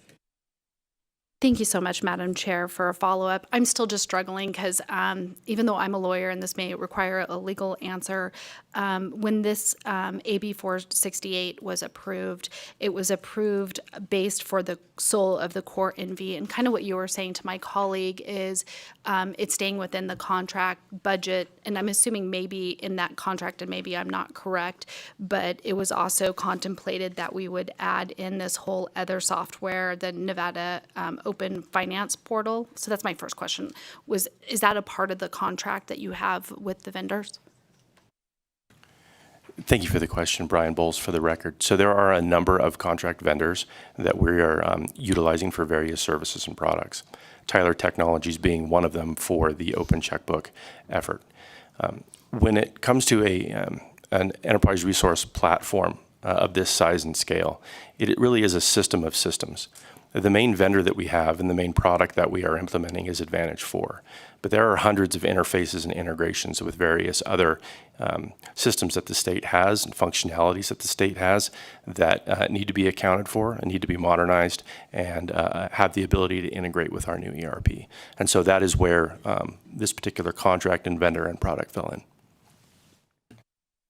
Madam Chair, may I have a follow-up? Okay, so where I'm coming from is, I guess, a two-part. One, I just don't know if it's like not legal, but appropriate. I mean, it seems like it's going up and beyond. We're creating a whole new separate software with continuous licensing fees. And I'm not sure if the prior software had licensing fees, so it'll be a wash for the state, or if it's creating new programming dollars going forward for the department. And then my second is really, does this fit within the contemplation of AB 468, and will keep within the budget and not come back and ask for more dollars up above to pay for additional software?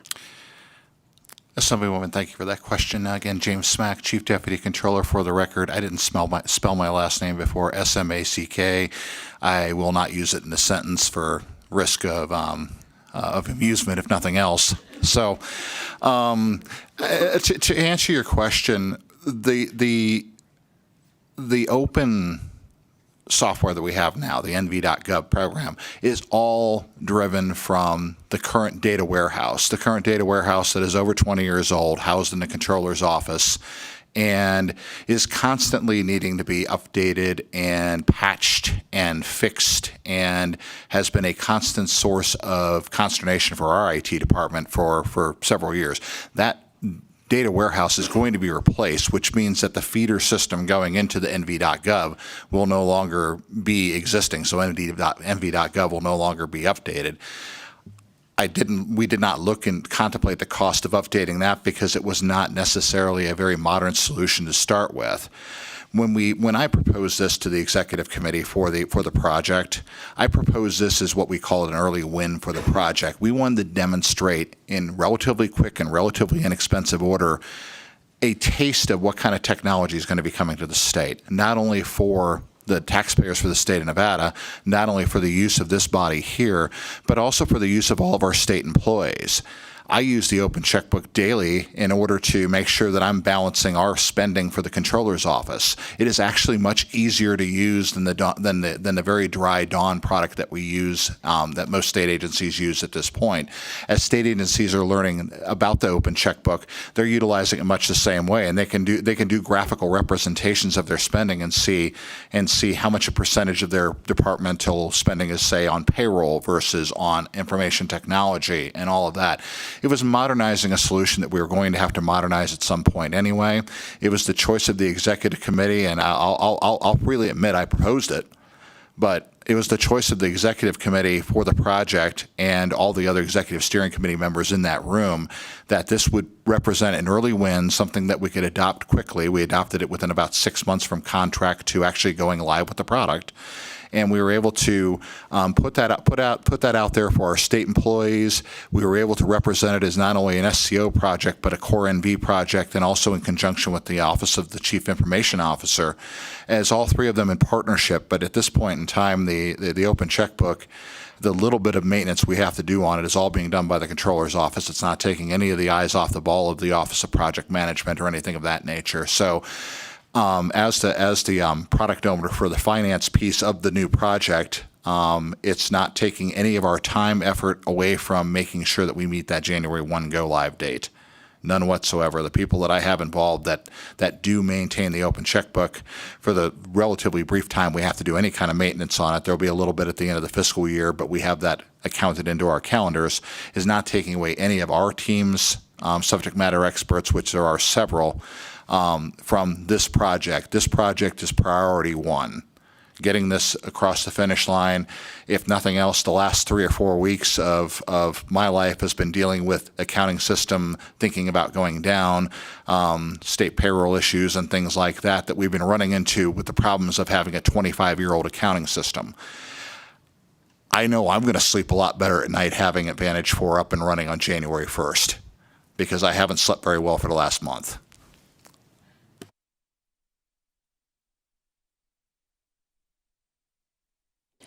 Assemblywoman Summers Armstrong.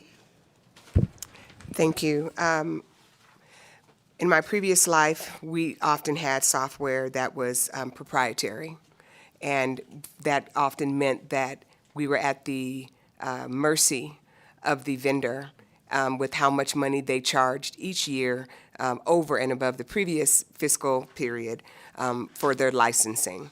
And I'd like to know if you all have considered having some types of governors in your contract so that we're not exceeding, what would be a reasonable amount each year for increase in licensing to run this project and to make sure that we're not seeing huge increases in licensing fees that you're going to have to come back to this committee to cover, whether it's through the comptroller's office or somebody else's office, whoever you all are working with. How are you controlling that? How are you going to make sure that these proprietary vendors are not being nice in the upfront because they want to get in, and then they turn around and stab us in the back in the next fiscal years or in the future? Thank you for the question, Assemblywoman. Brian Bowles for the record. So the current contract that we have with CGI lists out the associated yearly SaaS fees for this product, and it is a 5-year contract, and so those fees are already set and baked in the contract. At the end of that contract, we will return to negotiation, and so that is the period at which we will find out the answer to that question, ma'am.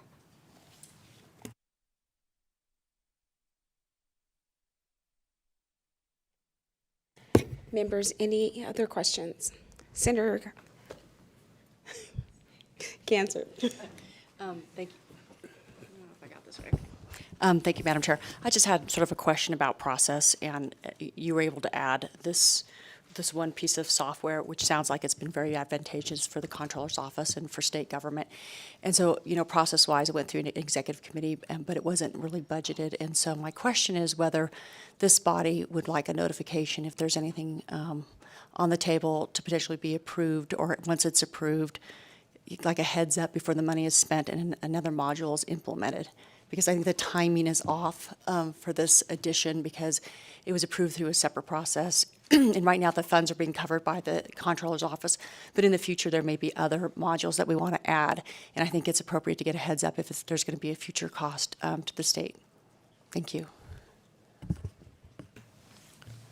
Thank you for the question, Senator. Brian Bowles for the record. We can absolutely let the body know if there's anything that is completely out of scope of what we contemplate AB 468 to cover. Thank you. And if it's beyond the original scope, and if there's money involved, I think we need to be aware of that. So there's some sort of approval process by this body before it moves to an implementation stage. Thank you.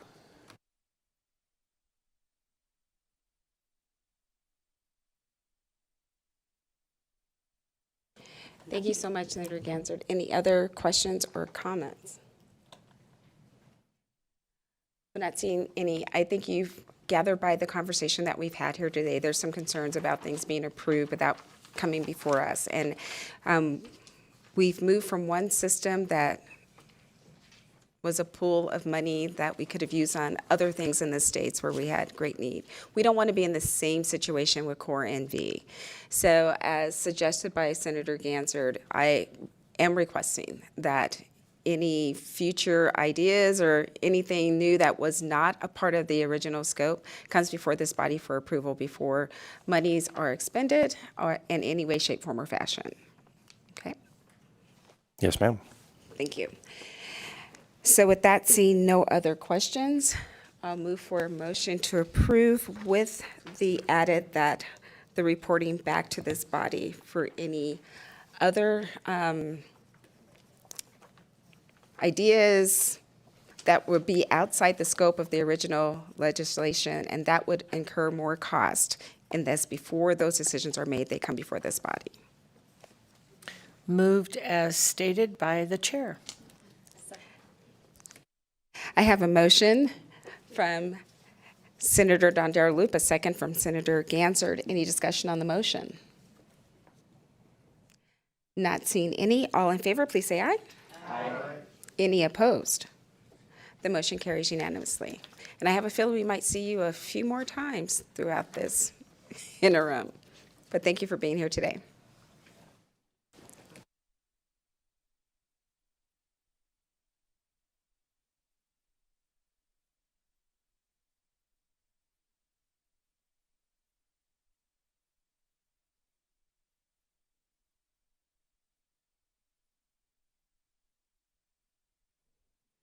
And that will move on to the next item on our agenda, and that would be item J, the Nevada Department of Education, a request to transfer $481,892 for expenditure to support the 1/5 retirement credit purchase program for Clark and Washoe counties.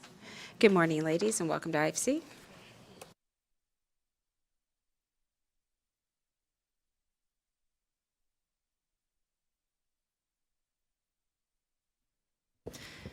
Good morning, Deputy Superintendent Megan Peterson, Peterson for the record. Before you, item J is in relation to 2 companion work programs that request transferring authority from fiscal year 25 to fiscal year 24 in the amount of $481,892. These funds support funding a 1/5 retirement credit for eligible teachers who work at designated schools, which are designated as at-risk based on at least 65% of the pupils enrolled in that school being eligible to receive free and reduced price lunch. This transfer is necessary in order to cover an increase in costs due to increasing PERS costs, which can be related to the time in a teacher's career path. As you may know, later in your career, the cost of retirement credits do go up. Additionally, we've had an increase in the number of at-risk school designations, and so we have had an increase of 106 eligible teachers due to this increase. And as a result, we have experienced an increase of $481,000 beyond the anticipated original budget amount. And I am available for any questions. Members, do you have any questions?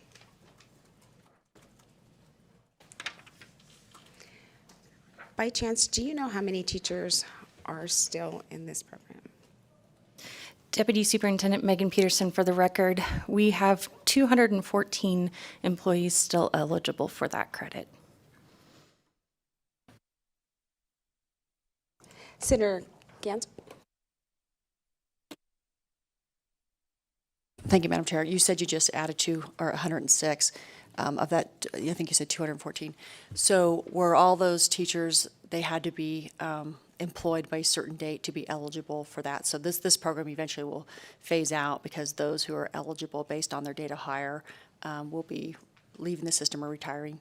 Is that accurate? Megan Peterson, for the record, that is correct.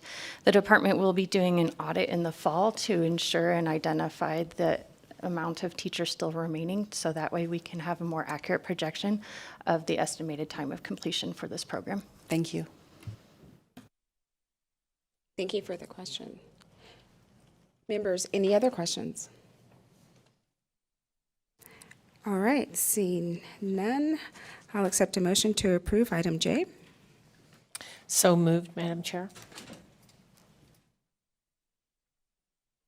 I have a motion from Senator Dondero Loop, a second from Senator Gansard. Any discussion on the motion? Not seeing any. All in favor, please say aye. Aye. Any opposed? The motion carries unanimously. Thank you so much, ladies.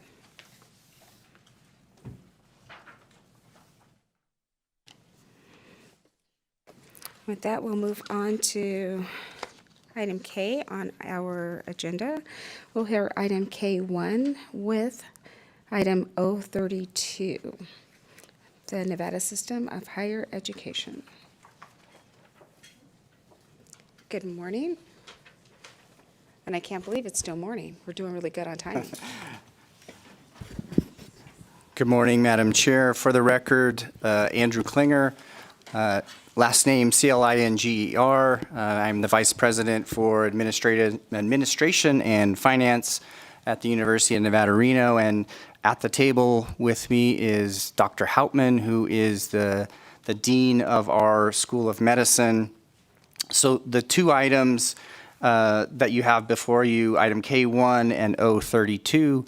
So what item 032 requests is the movement of $12 million in state funding to allow us to transfer the non-federal share to Medicaid to match with federal funds to provide services through our affiliate, Renown Health, Medicaid programs through Renown Health. in addition to moving that 12 million, so that 12 million as appropriated currently supports salaries and benefits and operating costs, and so we're essentially moving that to transfer that to Medicaid. The work program also brings in $12 million in academic support payments from Renown Health that will then pay those salary benefits and operating costs. Item K1, as this committee knows, normally when you bring in $12 million in outside revenue into a state-funded account, you're required to revert that state funding. So in this case, item K1 requests an exception to that normal reversion process of the state funds, which will allow us to bring that revenue in and continue to fund the positions at the medical school and use that state funding to transfer for that non-federal share to match the Medicaid. We think that's important just given the benefits this will have not only to the School of Medicine, but also to the Medicaid population that will be receiving these services. So with that, we're happy to answer any questions that the committee may have. And we have a few questions. Thank you so much for the presentation. We'll start the questions with Assemblywoman Mosca. Thank you, Chair, and thank you for this. For the record, can you please share more about the discussion that took place at the Board of Regents regarding changing the general fund appropriation to this Medicaid supplemental payment program? Thank you, Madam Chair, through you to Assemblywoman Mosca. For the record, Andrew Klinger. So this item was presented to the Board of Regents in June of 2023. And really the conversation at the Board of Regents focused on just the benefits to the Medicaid population as well as the benefits to our medical school. And ultimately, they approved it. We had requested at that June 8th, 2023 meeting to be able to be allowed to move $13 million in what we call instructional funds into the transfer to Medicaid funds for fiscal 24. And then also fiscal 25, we requested to move $16 million from instruction into the transfer to Medicaid funds, and they approved both of those items. Thank you so much for that, and thank you, Chair. And in my follow-up, can you share which providers would receive the Medicaid supplemental and directed payments? And just in general, how do you feel like it's going to help and support the UNR Medical School as well as Northern Nevada? Yes, thank you for the question. Paul Hauptmann, Hauptmann, Dean at the University of Nevada, Reno School of Medicine. The payments actually will be going to Renown to Renown Health because the providers are Renown employed physicians, so not directly to the providers themselves. I think there are many ways this program helps. Mr. Klinger mentioned, first and foremost, it allows for increased access to patients who have Medicaid throughout the Renown Health system. I'll point out that Medicaid accounts for almost 27% of the admissions to Renown Health, and this will bring up reimbursement to near market value, if you will. It allows the school to expand its graduate medical education programs, and I think also increases the likelihood that patients with Medicaid will also access our clinical trials and advanced care options.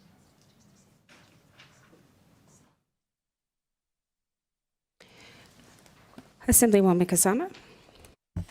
Thank you, Chair. Thank you for the presentation. I'm supportive of this. I think it's great when we develop partnerships and we can bring money in and not have you penalize having to send it back to the general fund. It increases it for the good of our communities. My question would be, I don't know if it's really for you, but do the other School of Medicines have partnerships similar to this, and should we be addressing that at the same time, that let's say if UNLV has it or Nevada University, those are also medical schools programs, and I just want to make sure that we support this for any of our schools that might have programs like this. I don't know who can answer that question. Paul Hauptman for the record. Assemblywoman, my knowledge is that the faculty practice plan with UNLV does have such a program already. However, the affiliation that UNR Med has with Renown Health is unique to the state. Thank you. Senator Neal?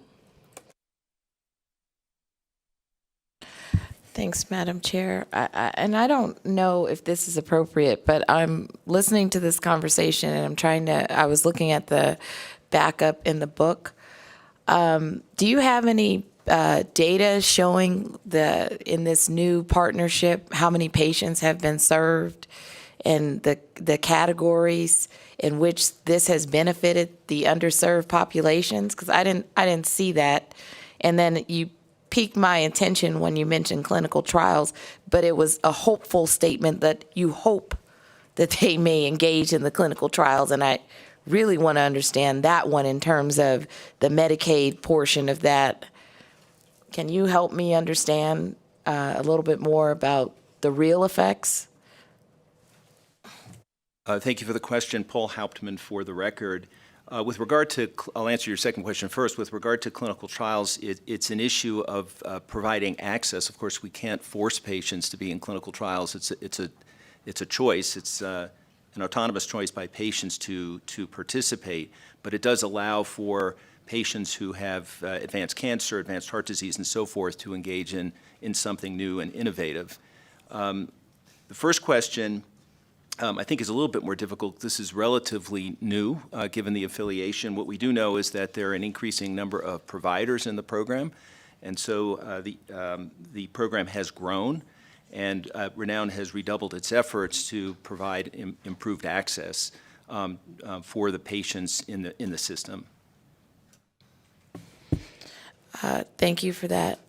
Madam Chair, is this something that we're going to be monitoring as it goes forward and having an opportunity to request certain data to be associated with the monitoring as this partnership goes forward? As a body, we can request for reporting to come back to this committee. So I would be super interested in access, right? How many patients are receiving access under this partnership, the categories in which they're coming in and being serviced, and the needs, and that Medicaid dollar allotment that is being used for those patients. Because if this is a good thing, right, we should see super positive outcomes in terms of access and care. And with the increased medical providers, we should definitely see, when we talk about continuity of treatment, we should see that as well. So I'm looking for something a little bit more quantifiable as we go forward with, if we're not going to revert general fund, I want to see how this partnership works. Madam Chair, for the record, Andrew Klinger, through you to Senator Neal, we are happy to provide that information to the committee. And if I may, Paul Hauptman, for the record, one area where we will definitively see the advantage is through the growth of graduate medical education programs. There's a great need, as you know, in the state for providers. Our plan right now is to launch a new OBGYN residency in July 2026. And we're hoping that some of this, and we anticipate that these academic support payments will go in part to support programs like OBGYN. And frankly, our residents are also the ones who are often the front line in the care of these patients. That question kind of tees up Assemblywoman Brown May's question for you. Thank you, Chair. Thank you, Dean Hauptman. I appreciate that you just put that on the record. That is exactly where I was heading. Given the amount of time that we've spent throughout the interim really learning about graduate medical education and the needs to improve it, if you wouldn't follow up on that just for a minute. One of the issues that I think has come to light was with regard to the wages of our graduate medical students as they're working through this process, and how they noted that there was a need to pay attention to this. But I really would like for you to go back, if you don't mind, for just a minute and restate that it is the intent of UNR to take this funding, instead of reverting it back to the general fund, and apply it to graduate medical education. Is that correct? Thank you for the question, Paul Hauptman, for the record. It's certainly our anticipation that some part of the academic support payment will support the growth of graduate medical education. How much is to be determined, obviously. We still need our salaries paid for and covered with this money and operations.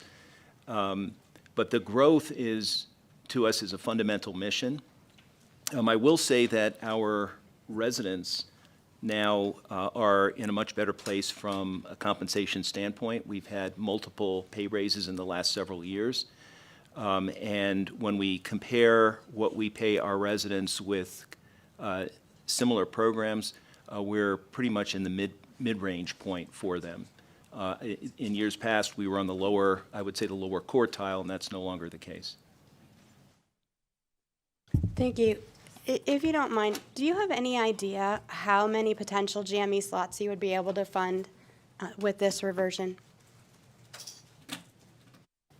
For the record, Paul Hauptman, I don't have a precise number for you. What we're doing is in a very intentional manner looking to grow programs one by one. Our hope is 5 new programs by 2030. As you may know, it takes about 2.5 to 3 years to start up a program. And so we're doing this very methodically. Another program that may launch in 2026 is an addiction medicine fellowship. Thank you. I appreciate that. There's clearly a significant need with regard to substance use disorder and recovery relative to that. Mr. Klinger, do you know, is this the general fund dollars that were set aside by the bill from the last session that are currently sitting in OSIT? Do you have any idea if that's the same money? Madam Chair, for the record, Andrew Klinger, through you to Assemblywoman Brown-May. No, so these funds are actually funds that are appropriated to our School of Medicine for the operation of that school. And so we're moving those to make the payments. The OSIT funding that you're referring to is separate funding that I believe you have to apply for graduate medical education programs. Thank you for the question. Senator Ganser. Thank you, Madam Chair. I want to say thank you for bringing this program forward. I think there's always some confusion about the upper payment limit and how these types of programs work. And so with the university putting in $12 million, the net will be another $24 million, which will significantly enhance access because you can include more providers in the programs, and there are set reimbursement rates, but it looks like you're doing managed care too. So you're expanding the type of care that will be provided, the number of providers that can provide that care, because you're basically getting 2 to 1. We put in 12, we get another 24 million, and that type of partnership, it sounds like with Renown, is unique, and it potentially is a model for other institutions across the state. And I think the state is constantly looking for other opportunities to bring in federal dollars, and this is a really good example of that, where we grow $12 million into $36 million to provide enhanced and expanded care for our citizens. So thank you. Thank you, Senator Paul Hauptman. For the record, I'll just say that these are federal programs that provide matching dollars to states. We're not unique in doing this, and it's a common arrangement requiring state funds to be put forward along with an affiliated teaching hospital, because these teaching hospitals generally provide a disproportionate amount of care to Medicaid patients.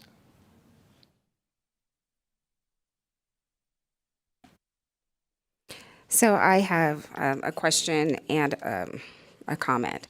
If these funds, if this work program is not approved today, how will you move forward? How will you pay for this program?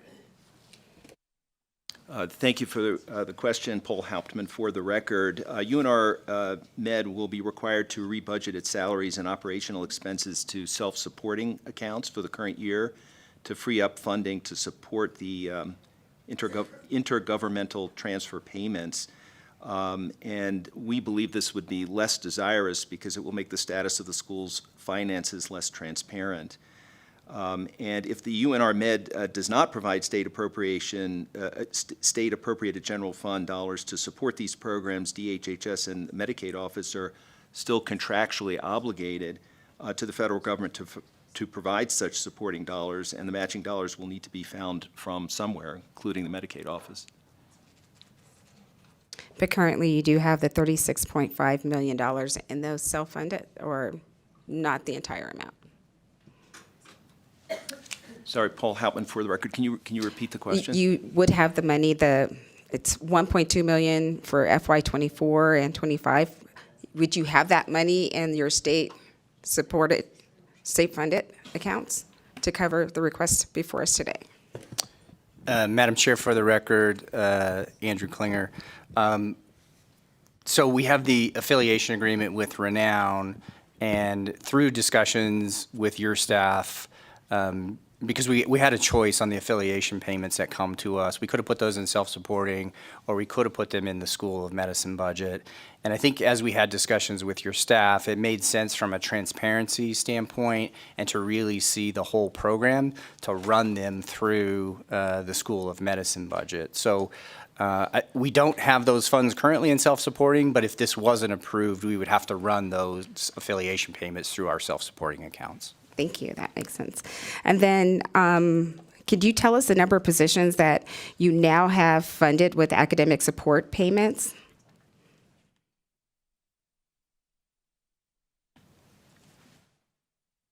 Paul Houtman, for the record, is the question how many of our graduate medical education programs are funded through this mechanism? So our staff asked a question, and that question was for details on the number of positions that were currently funded with academic support payments. And we did not get an answer back from you on that. So I'd like to know how many positions are funded. You guys don't use a fund map, but we'd like to know the expenditures for the specific revenue sources for those.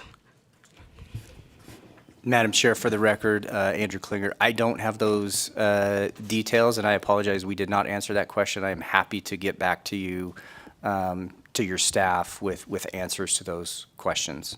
Thank you, that would be great, and then our staff can share that with the members of the committee. Members, any other questions?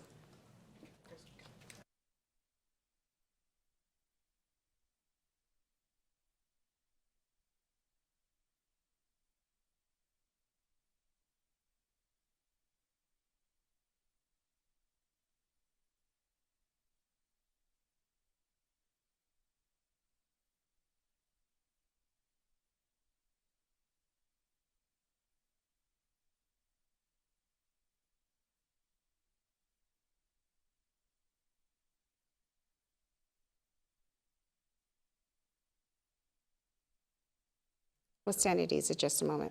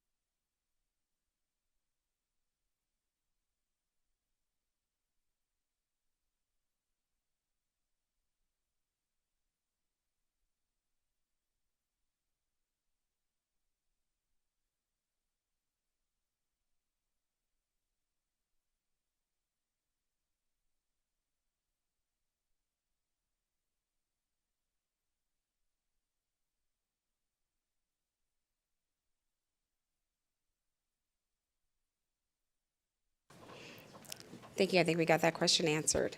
Members, any other questions? All right.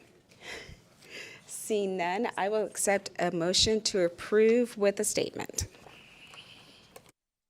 Thank you, Madam Chair. And I would move to approve but I would like to include a reporting requirement to the 2025 legislature with information on the patients accessing the program, Medicaid clients served, and pertinent metrics demonstrating how this program is helping the Medicaid population.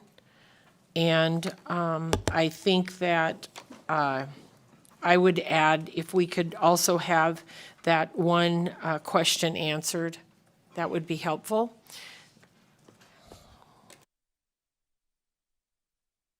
The question, Madam Chair, was the one academic support payments, that the question that wasn't answered by staff.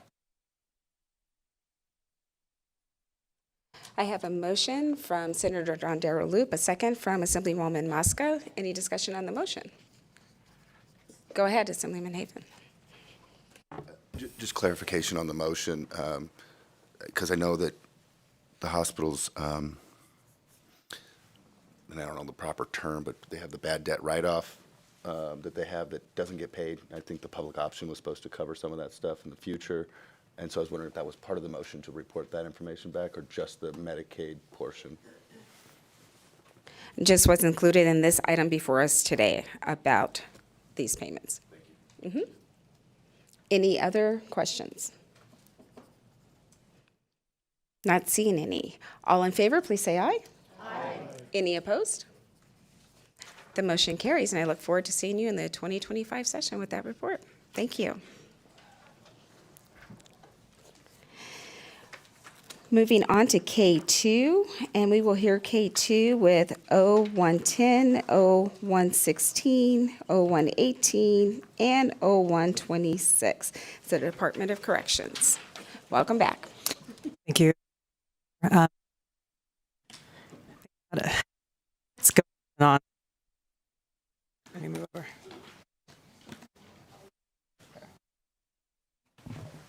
Thank you, Madam Chair, members of the committee. Deputy Director Shea, Christina Shea, Nevada Department of Corrections, for the record. I'm here before you. The Nevada Department of Corrections is requesting an exemption pursuant to SB 504, Section 7B, to allow the department to increase its authority in the Director's Office by $2,175,000 and transfer these funds to appropriate budgets throughout the department through work programs in Item O to allow for funding to cover the department-wide general fund shortfall in Category 50, which is our inmate-driven expenditures. The Nevada Department is experiencing increased cost in inmate-driven expenditures department-wide due to increased costs associated with the implementation of the Aramark menus department-wide, challenges with culinary equipments in the institutions, disposable feeding trays at some of the major institutions, and feeding offenders 100% in their cells during staffing challenges that we've experienced in the last year, and additionally increased offender population. The $2.175 million of funding, which has already been received in the Director's Office, was from the SCAP, so the State Criminal Alien Assistance Program, a grant that Nevada Department of Corrections was awarded by the U.S. Department of Justice, Bureau of Justice Assistance.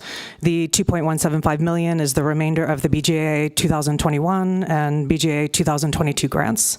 Historically, this grant was used to offset Category 1 expenditures, and the funding was reverted to the general fund. However, the grant allows for the use for correctional purposes, including the use of funding inmate-drivens. The Category 50 inmate-driven costs overrides are primarily driven by High Desert State Prison, Northern Nevada Correctional Center, and Florence McClure Women's Correctional Center. When diving in deeper to what is actually driving the overages, 70% of the cost overrides are due to the old menu that the department was using last fiscal year. As many of you may recall, during the 82nd legislative session, during the Interim Finance Committee, we came before the body sharing some of the findings that we uncovered with the Aramark food system implementation. The department has been using a very expensive menu, or had been using a very expensive menu, which was thought to be caused by a low sodium legal requirement. However, after further review, the department realized that we weren't mandated to serve the low sodium menu to all offenders, but just to several. So during that time, we did inquiry. It took us about 3 months from July to September to meet with our stakeholders, meet with Aramark to strategize about how we can lower the cost of the offenders based on best practices in other systems. We met with our advocacy groups. ingredients, and also ordered new inventory for the new menu. So we've been able to come up with a much better menu that not only helps our budget, but also keeps the food-related concerns at our institutions down. The new menu was implemented in October of 2023, and we are continuing to work with our stakeholders, Aramark, and other advocacy groups with the idea of changing the menu every quarter with formal surveys that allow stakeholders needs to be addressed. So we're also continuing, the food system is not perfect right at the moment, and we're continuing to drive efficiencies and effective operations in our food systems, and we expect to achieve this by working with our stakeholders, Aramark, and our advocacy groups in fiscal year 25. So additionally, the final factor that's really driving the overages in Cap 50 has to do with our increased offender population. So as of July 11th, 2024, the department is currently housing 10,436 in-house offenders, with total population sitting at 10,770 offenders, which includes our jail and hospital offenders.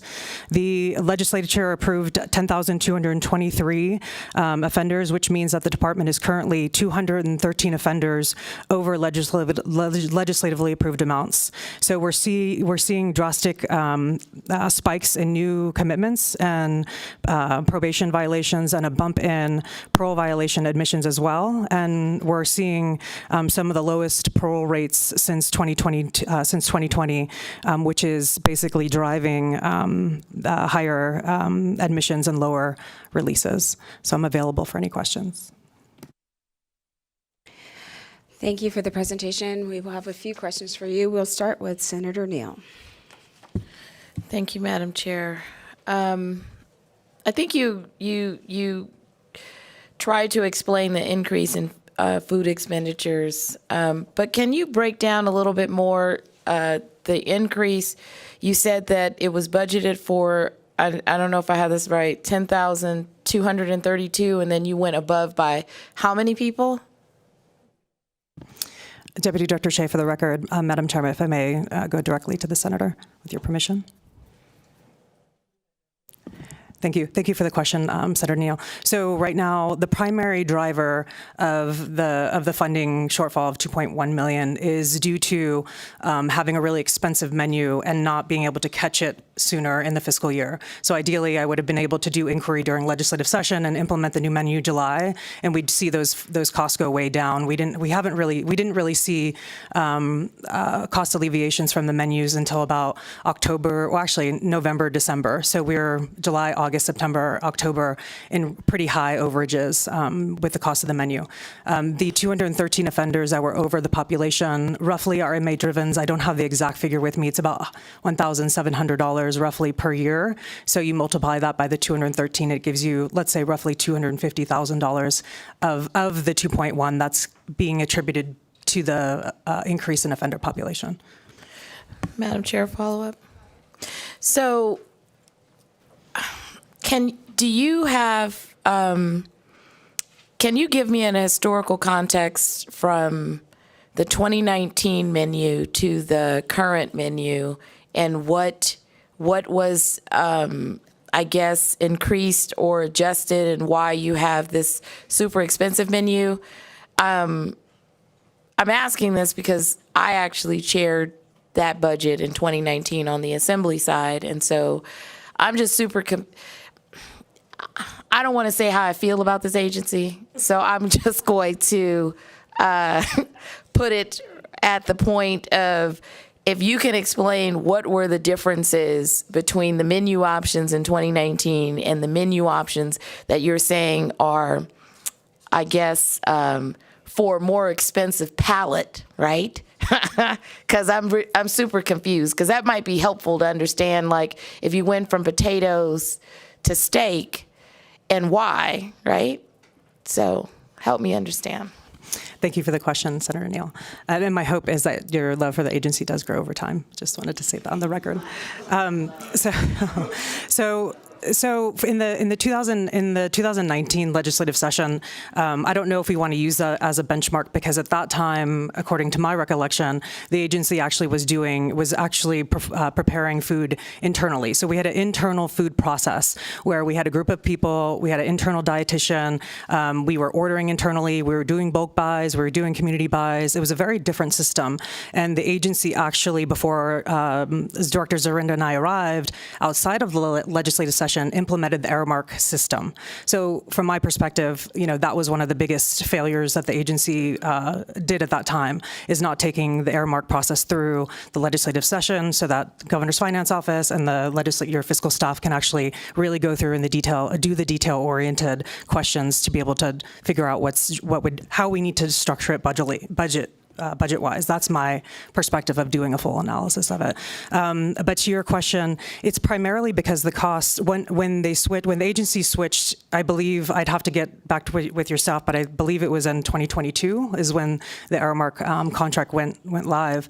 The new menu had things like chicken on the bone. I mean, the old menu had chicken on the bone. It had low sodium items that are very difficult to source. So what the agency would experience is shortage. So, and when you have shortage and not being able to buy, you have substitution, which increase costs and the like. So that's mainly the driving force of the increased cost of the menus.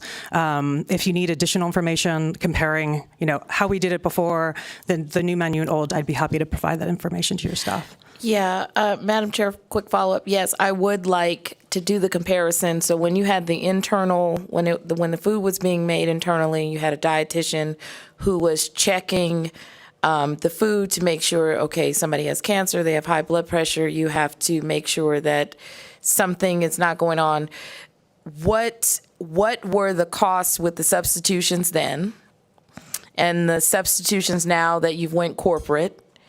And so we could get an understanding, I guess it would be like a trajectory or history to understand where those cost changes are. And I'm really curious on how you manage internally substitutions and how the substitutions are being handled now through this contract. Because if it's more expensive and you're like, okay, chicken on the bone, what's the substitute, right? Is the substitute chicken not on the bone? Like, I'm sorry. I'm like, is it boneless? I mean, I'm sorry. I'm all right. I'm tired. Listen, I mean, I need to see the historical from 2019 because we had that director then we had another director in the middle, and now we have the other director back, and so I want to see the progression. Thanks.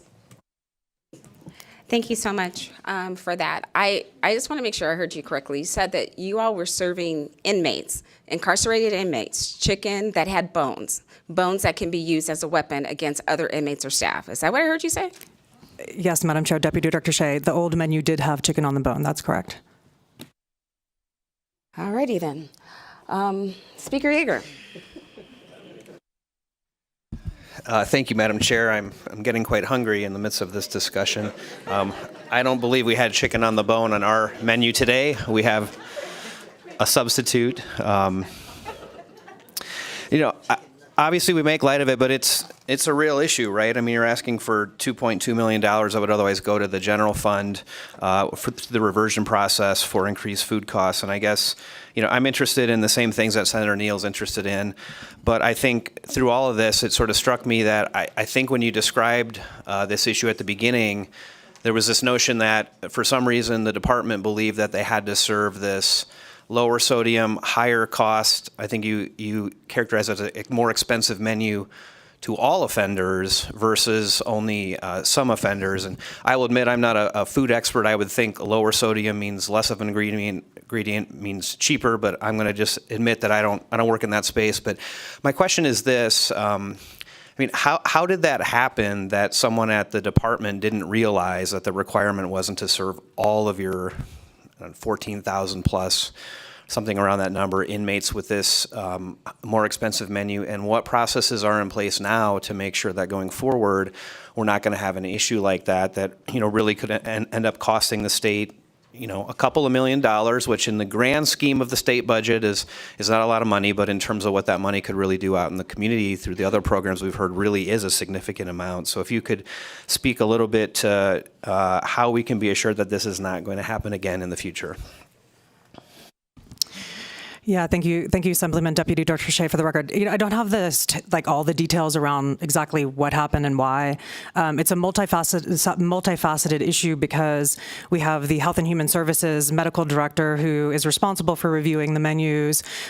We had the lawsuits, which basically what triggered it was, is this a class action lawsuit or is this X? So those sorts of factors, and I think it becomes increasingly more difficult in our agency, from my perspective, to do individualized services when you're dealing with large populations. So I think from my perspective, the department can work in partnership with our advocacy groups, with our stakeholders, with the offender populations, to do surveys to understand what the needs are, to be able to lower costs. Because right now, after implementing the new menu in October, I'm still getting a lot of feedback that the offenders aren't happy with our food system.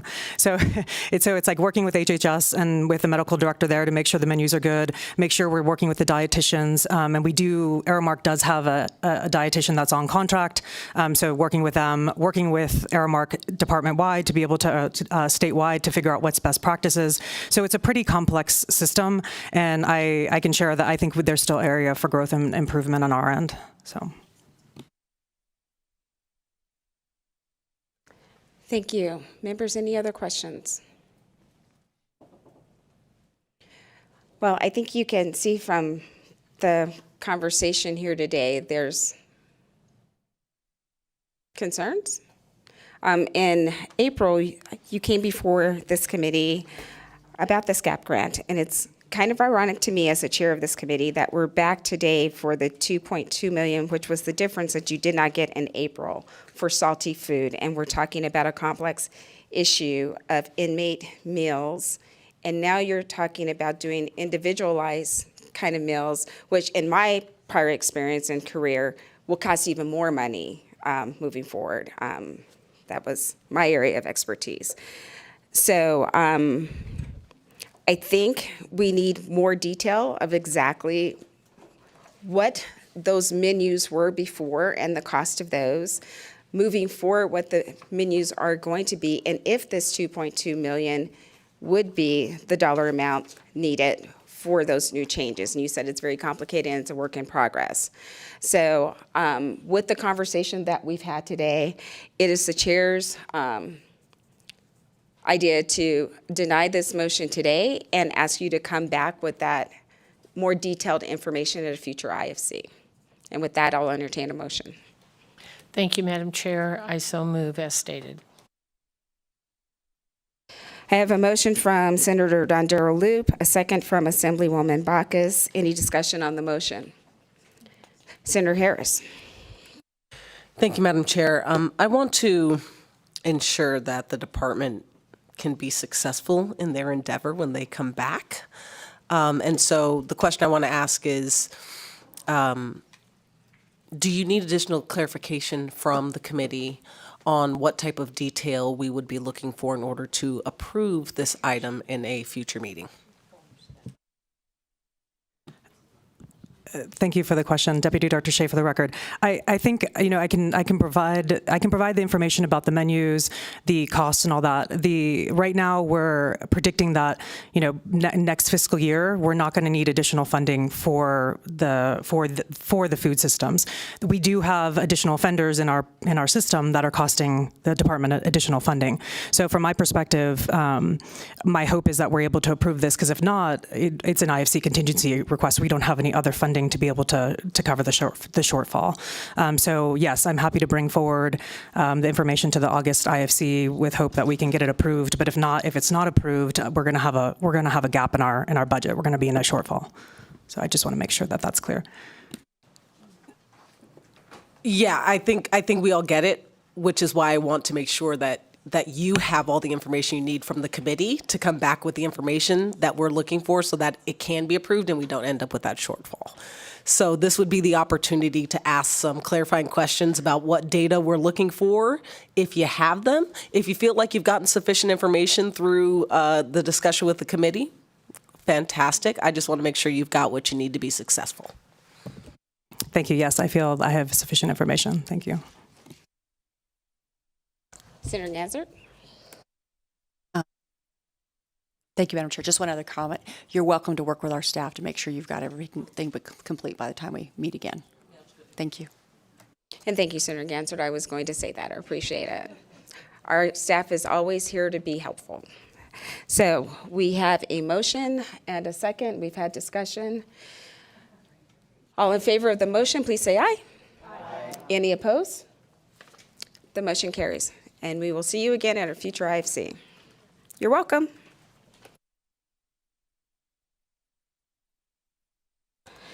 That takes care of item K, and there was nothing proved from item L on our agenda, so that will move us to item M, the American Rescue Plan Act reports, and we will ask Mr. Leiser from our LCB staff to go through the ARPA statement, and he'll be followed by our GFO, Ms. Stevenson. Good morning.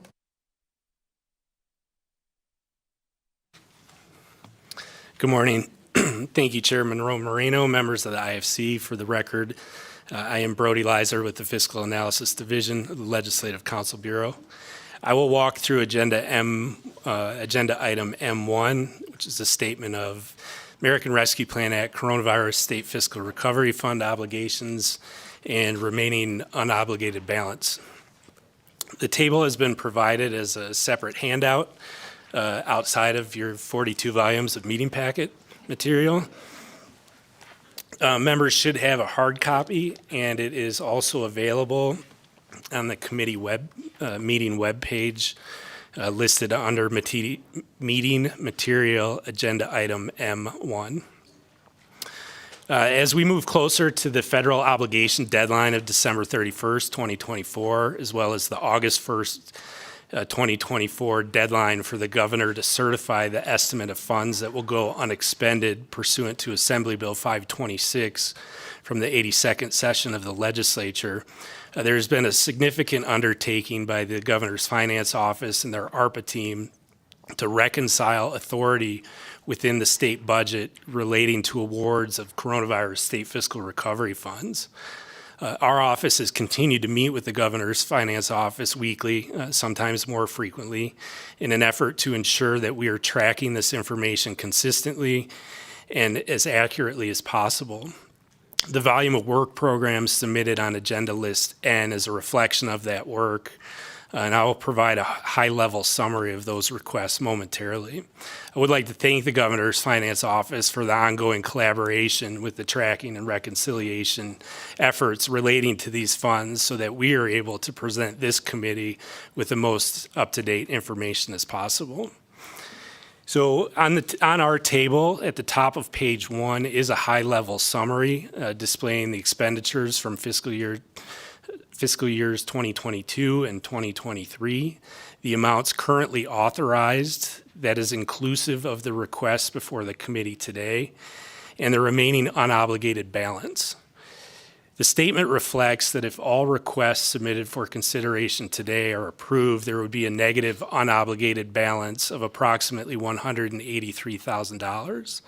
However, as Ms. Kaufman indicated earlier, agenda item N88 has been withdrawn.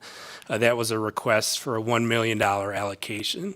Accounting for the withdrawal of that item, the revised balance would reflect approximately $817,000 in unobligated authority at this time. We are aware of and are anticipating additional savings and deobligations to be identified and requested through work program requests from the governor's finance office for consideration at the July meeting of the IFC. As with prior practice, any revisions or updates to existing rows on our table following the April IFC meeting are identified in red text.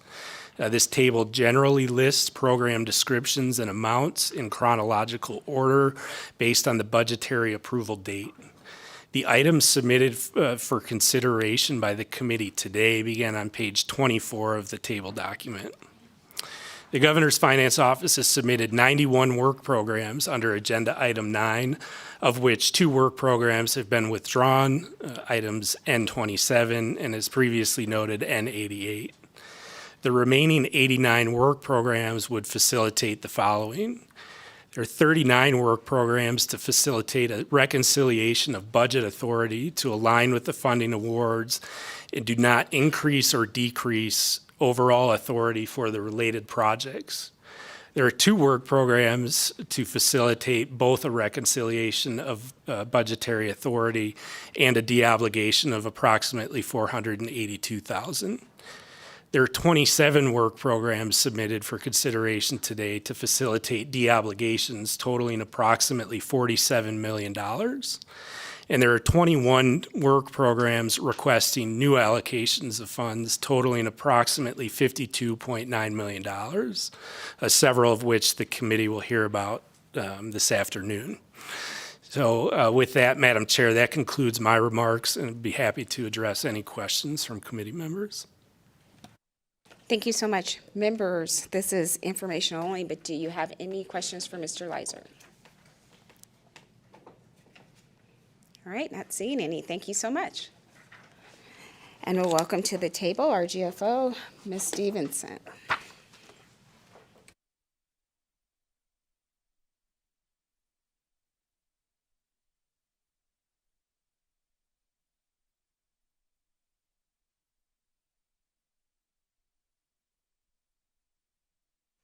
Thank you. For the record, my name is Amy Stevenson. I serve as the Governor's Finance Director. Can I just say ditto to Mr. Leiser? Because he's tired of seeing me. First, I would like to thank the LCB fiscal staff, especially Mr. Leiser, for working diligently with us as we got this big haul for this. So I apologize, your volumes are that big because of the work that we did, but I truly appreciate the staff, the LCB fiscal staff that helped us. We currently show an unobligated balance of $933,353. We are off a little bit from Mr. Leiser's number due to some deobligations that we know of from salary projections, which we are sharing with him as well.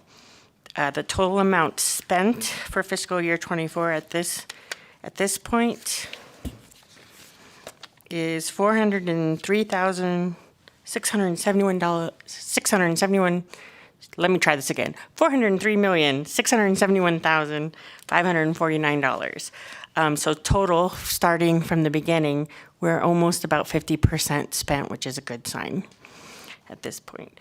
I stand for any questions if you had, because Mr. Leiser said it all, which was nice. Members, any questions?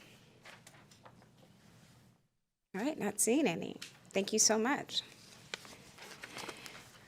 And members, at the top of the meeting, I stated that we were going to be going to lunch, to take a break for lunch at 12:30. And we're getting close to that. So I'm going to go out of order as we move into agenda item N.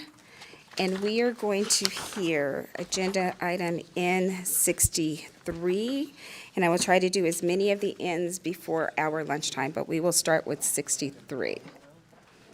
We're going a little out of order.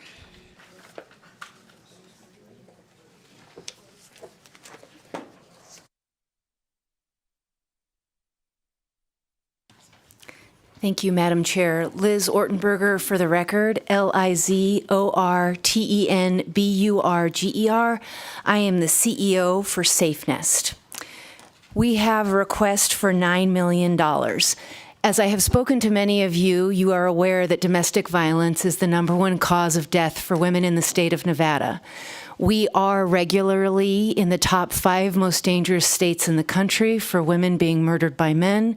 80% of those homicides rest in Clark County. We have 22,000 cases of domestic violence every year in Clark County, over 100,000 domestic 911 calls. And as I mentioned, it's the #1 reason women die in our state. The $9 million plus a $5 million loan from the Infrastructure Bank allow us to purchase not only the building that we currently occupy near the Meadows Mall, but 3 additional buildings to expand services and build out what's known nationally and internationally as a family justice center, which ours will go under the name One Safe Place.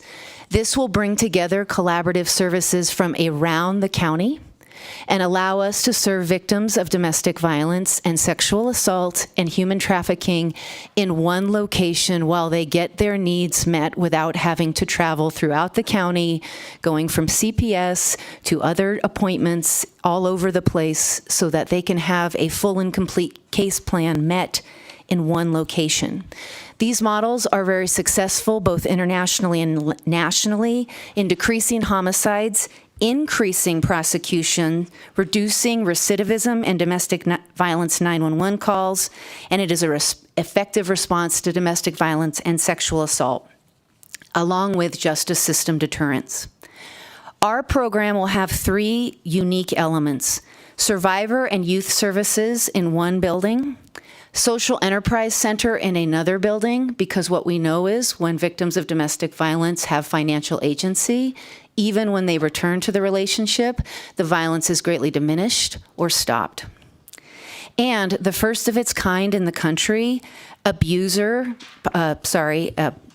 an abuser program with wraparound services so that those perpetrating domestic violence also get support in the form of mental health, but also advocacy. Because what we know is when our judges enforce a TPO, we create a situation, for example, of homelessness for an abuser. This rarely diminishes anger.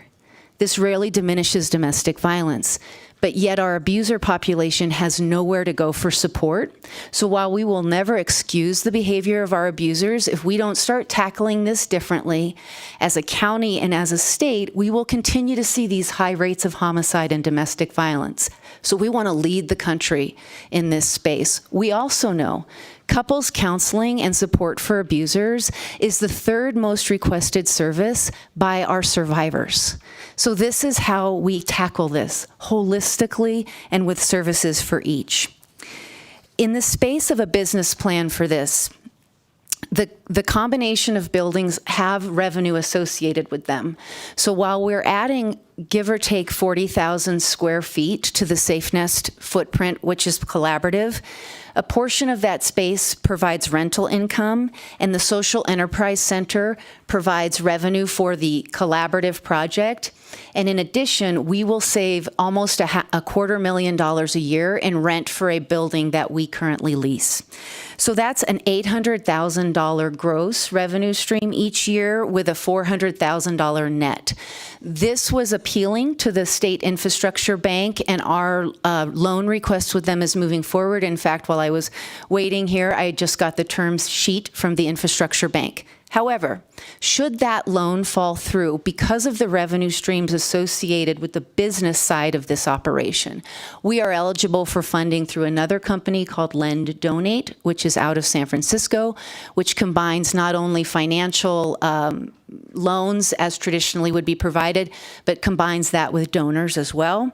And we would also be eligible for a traditional bank loan, again, because of the revenue associated with the project. Of course, I will say the Infrastructure Bank is the go-to because the interest rate, of course, is much better than what we would receive on the open market. And that is our project. I'm happy to take any questions. Thank you so much for the presentation. The one question that I did have for you personally was, should the Infrastructure Bank not move your loan application and approve it along, what would those options be? So thank you for answering that. I know we do have a few members that have questions. I'm going to start with Senator Neal and then go to Senator Nguyen. Thanks, Madam Chair. Is she going to answer the Infrastructure Bank question? She did answer it in her presentation. All right.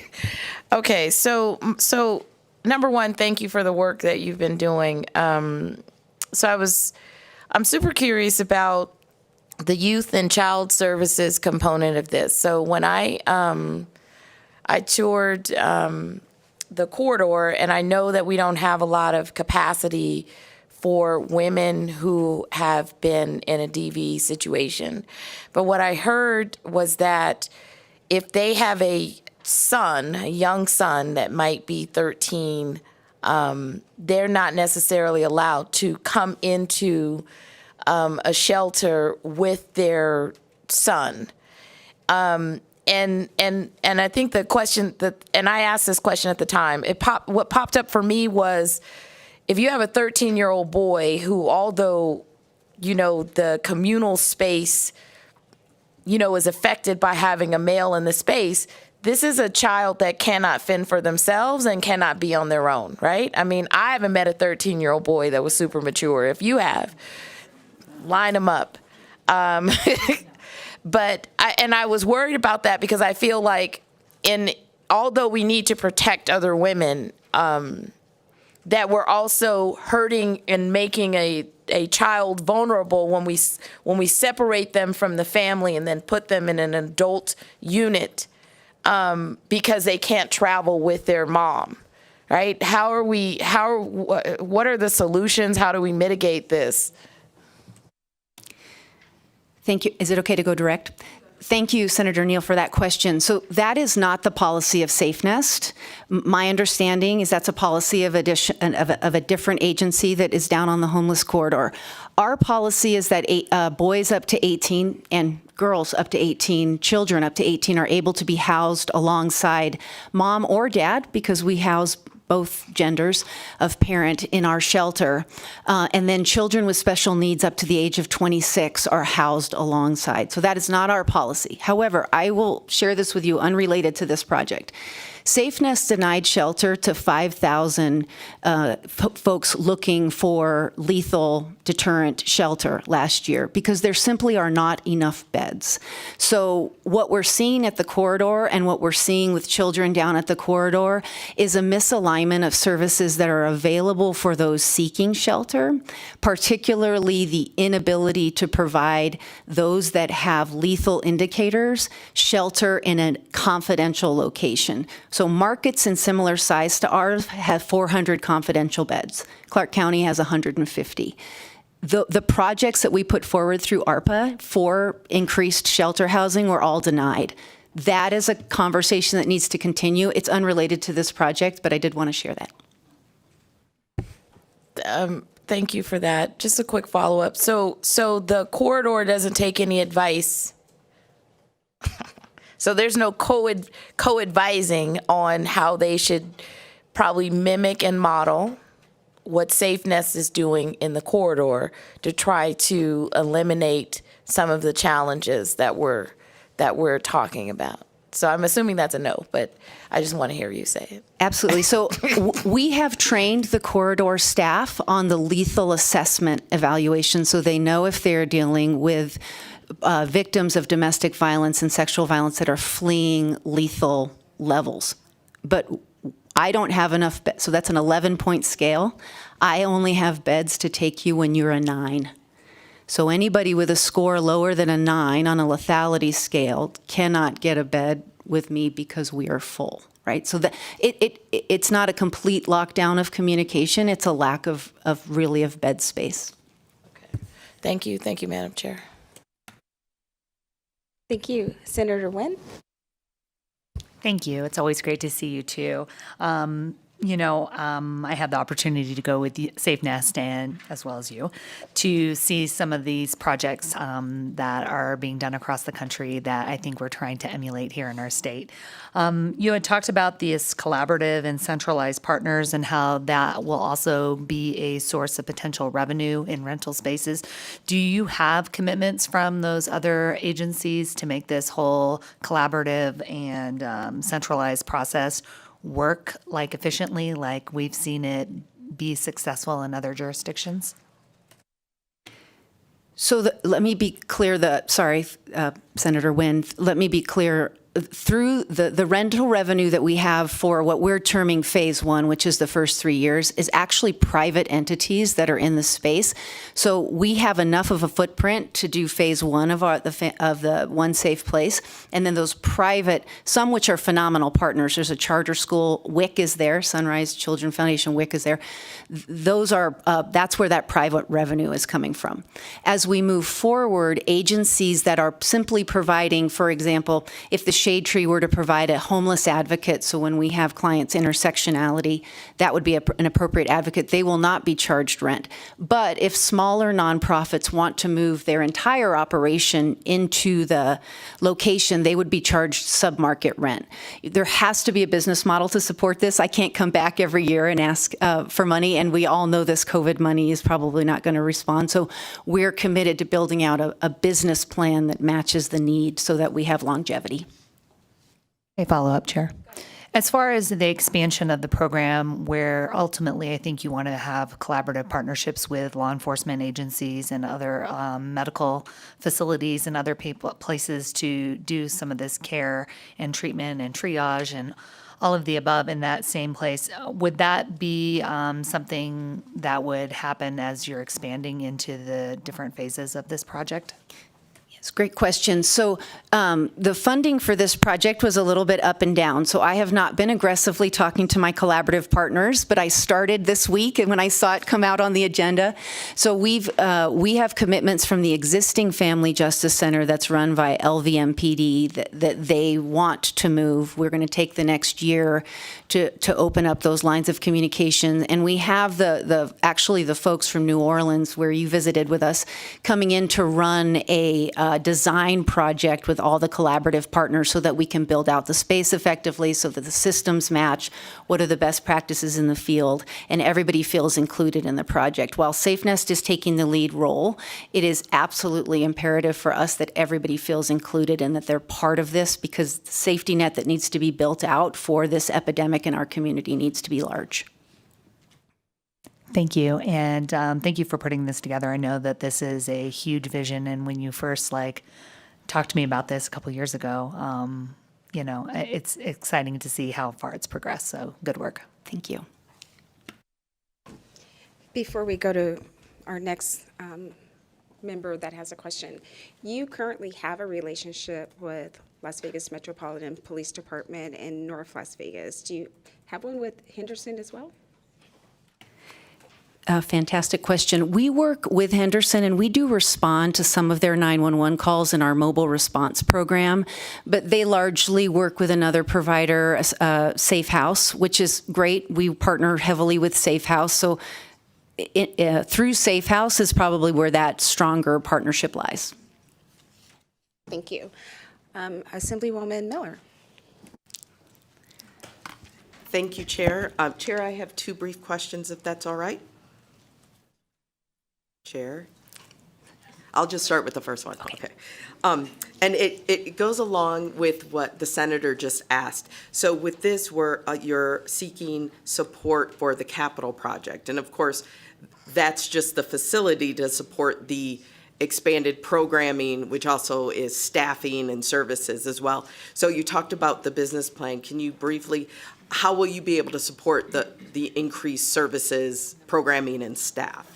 Or what is the plan? Absolutely. So as I mentioned, there is a net from the revenue from our increased business activity, and then we have a $250,000 savings in rent because we would not be leasing our building anymore. We'd been saving it. So that spins off to about a $400,000 net because, of course, we have expenses associated with the increased footprint. So we will use some of that. But then there are also, we've been working closely with Nevada Grant Lab and also the other funders in Southern Nevada to increase the federal grant, direct federal grant program. And I actually think that's where we will, not only for SafeNest, but for the entire project, see a lot of dollars come in. And then we will be able to sub-grant some of that out to partner agencies that are coming in. So we wouldn't the goal is to not ask our partner agencies to do more with less. It is how do we bring more money in for these projects, as they are acclaimed nationally and there is funding available. So we are working in that federal grant space. And then we will increase our business footprint. You know, the reason the food bank and Opportunity Village do so well is they have a phenomenal business model alongside the great services they provide. SafeNest is increasing our footprint in our revenue generating activities. So that will be a third stream. Thank you for that. And so that's a $250,000 saving ongoing every year from building as opposed to renting. Yes, and just a point of reference on that, that's money that we use from marriage license to pay our rent. So that's money that, you know, we get through the state that now will be able to directly serve survivors instead of pay our landlord. Thank you for that. And my second question, thank you, Chair, is just for the edification of everyone so that we understand. You mentioned earlier the difference that if you had to go elsewhere to seek a loan instead of from the infrastructure bank, that the infrastructure bank would have a much lower interest rate than would, you know, other lending providers on the open market. Could you tell us maybe the difference? Because I know you've research that, what that difference in percent would be? Yeah, absolutely. So the infrastructure bank for the 10-year loan, the $5 million 10-year loan we've been asking for is about 3.5%. On the open market, I would be looking closer to 9%. And part of that is because nonprofits don't have a business footprint in the same way revenue generating businesses do. And the other part of that is our interest rates are high. So the infrastructure bank would be, and as I said, we've got every indication that that's moving forward and will be in their July 23rd meeting for approval. Thank you for that. Thank you, Chair. Thank you. Members, any other questions for the presenter? Not seeing any, and you've heard that there's been a lot of questions and interest in how this project moves forward. So while our GFO is still in the room, I'm going to task her with something. For the 2025 session, there's been a number of projects that have come before us from nonprofit organizations. I would like for you to give a report back to the GFO that the GFO can present to us in 2025, the progress of your project. Is that acceptable? Awesome. She's shaking her hand, and I got a thumbs up. So for all of those that will be presenting today and the ones that we've approved at previous IFC meetings, so that this body will be able to see the good works that are going on in our community. Thank you so much for being here today. So members, with that, I will entertain, seeing no other question, a motion to approve. Thank you, Madam Chair, and I would move to approve. We have a motion to approve item N63. Any discussion on the motion? Not seeing any. All in favor, please say aye. Aye. Any opposed? The motion carries unanimously. Thank you so much. And I timed it perfectly. It is 12:25. We will take our lunch break, and we will be back in our chairs at 1 o'clock.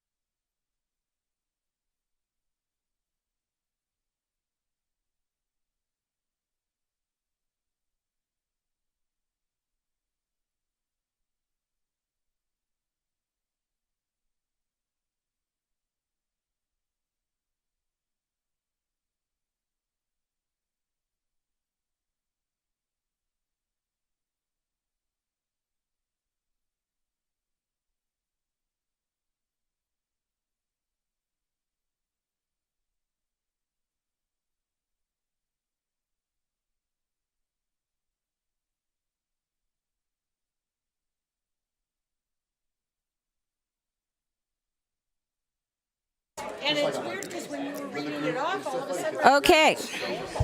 Okay. Can you all hear me? We're going to bring the meeting back to order. Pleasure. Take care. Dispensaries. Get ready for class.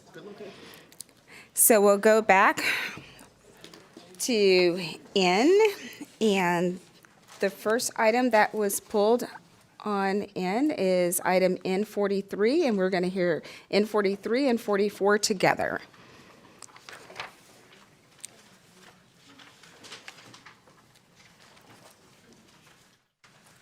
Good afternoon.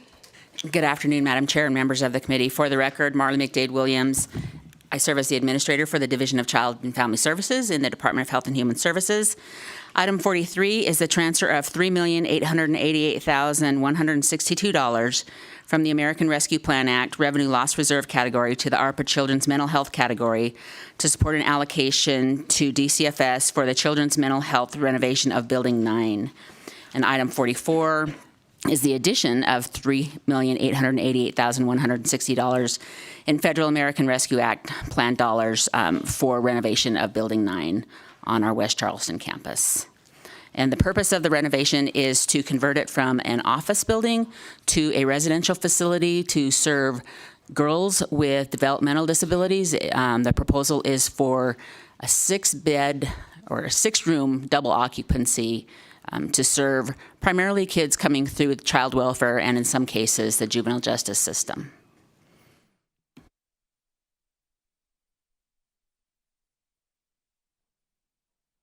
That it? That's it. Happy to answer questions. Okay. All right. I believe we have a few questions for you. We're going to start with Assemblywoman Taylor. Thank you, Madam Chair, and thank you so much for a very short presentation. Just a quick question, though. As you expand the facilities, which is great, especially for mental health, do you anticipate operation dollars being needed to support those operations of those facilities? For the record, Marla McDade Williams, the plan is to contract it out to a private vendor, so there won't be any general fund operational dollars in the proposal. We do, in all of the facilities that we maintain, cover maintenance costs in our budget, and so those are always continuing obligations in our budget, but no general fund operating dollars for operation of the facility. Okay, fantastic. Thank you so much. Thank you, Madam Chair. Thank you. And have you already identified possible vendor that you would be contracting this out to that would be able to do that work? For the record, Marla McDade Williams, there is currently a vendor operating on the West Charleston campus and providing services to boys. So we are aware of at least one vendor throughout the state who is available and interested in providing services to that population. Perfect. Members, any other questions? Senator Neal? Thank you, Madam Chair. So the vendor, do you have any information on how well they're performing currently with their population? Thank you, Madam Chair. If I can, through you to Senator Neal. You can go directly to the member. Thank you. The contract is actually with Clark County, and they are monitoring oversight. My understanding, though, is the kids that going into that program are very successful in managing their behaviors and getting them ready for the next placement that they have. Madam Chair, is there any way for us to get, request the data so we can actually see, in what is happening and how well they're, being treated or medicated, et cetera? Is your request to get the data from Clark County themselves or from DHHS? DHHS? Yeah, it would be, if they're contracting, it would be through DHHS. Madam Chair, I'm happy to work with the parties and get you information. Thank you so much. Any other questions? All right. Not seeing any, I will entertain a motion to approve with the added requested documentation for reporting on the success of the current vendor. Thank you very much, Madam Chair, and thank you for the presentation, Ms. McDade. And I would move to approve. We have a motion to approve from Senator Dondero Loop, a second from Assemblywoman Vasquez. Backus, any discussion on the motion? Not seeing any. All in favor, please say aye. Aye. Any opposed? And the motion does carry. Thank you. Moving on to item N45, and we will hear that with N46 and O94. And that again is the DHHS, the Welfare and Supportive Services. Good afternoon. Good afternoon, Madam Chair. For the record, this is Robert Thompson. I'm the Administrator for the Division of Welfare and Supportive Services. I have with me Deputy Kelly Cantrell here in Las Vegas, and in Carson City, we have our Chief Financial Officer, Crystal Bousquet. Deputy Cantrell is our subject matter expert on the summer EBT program, and she is going to introduce and present. Good afternoon, Madam Chair and committee members. For the record, I'm Kelly Cantrell, Deputy Administrator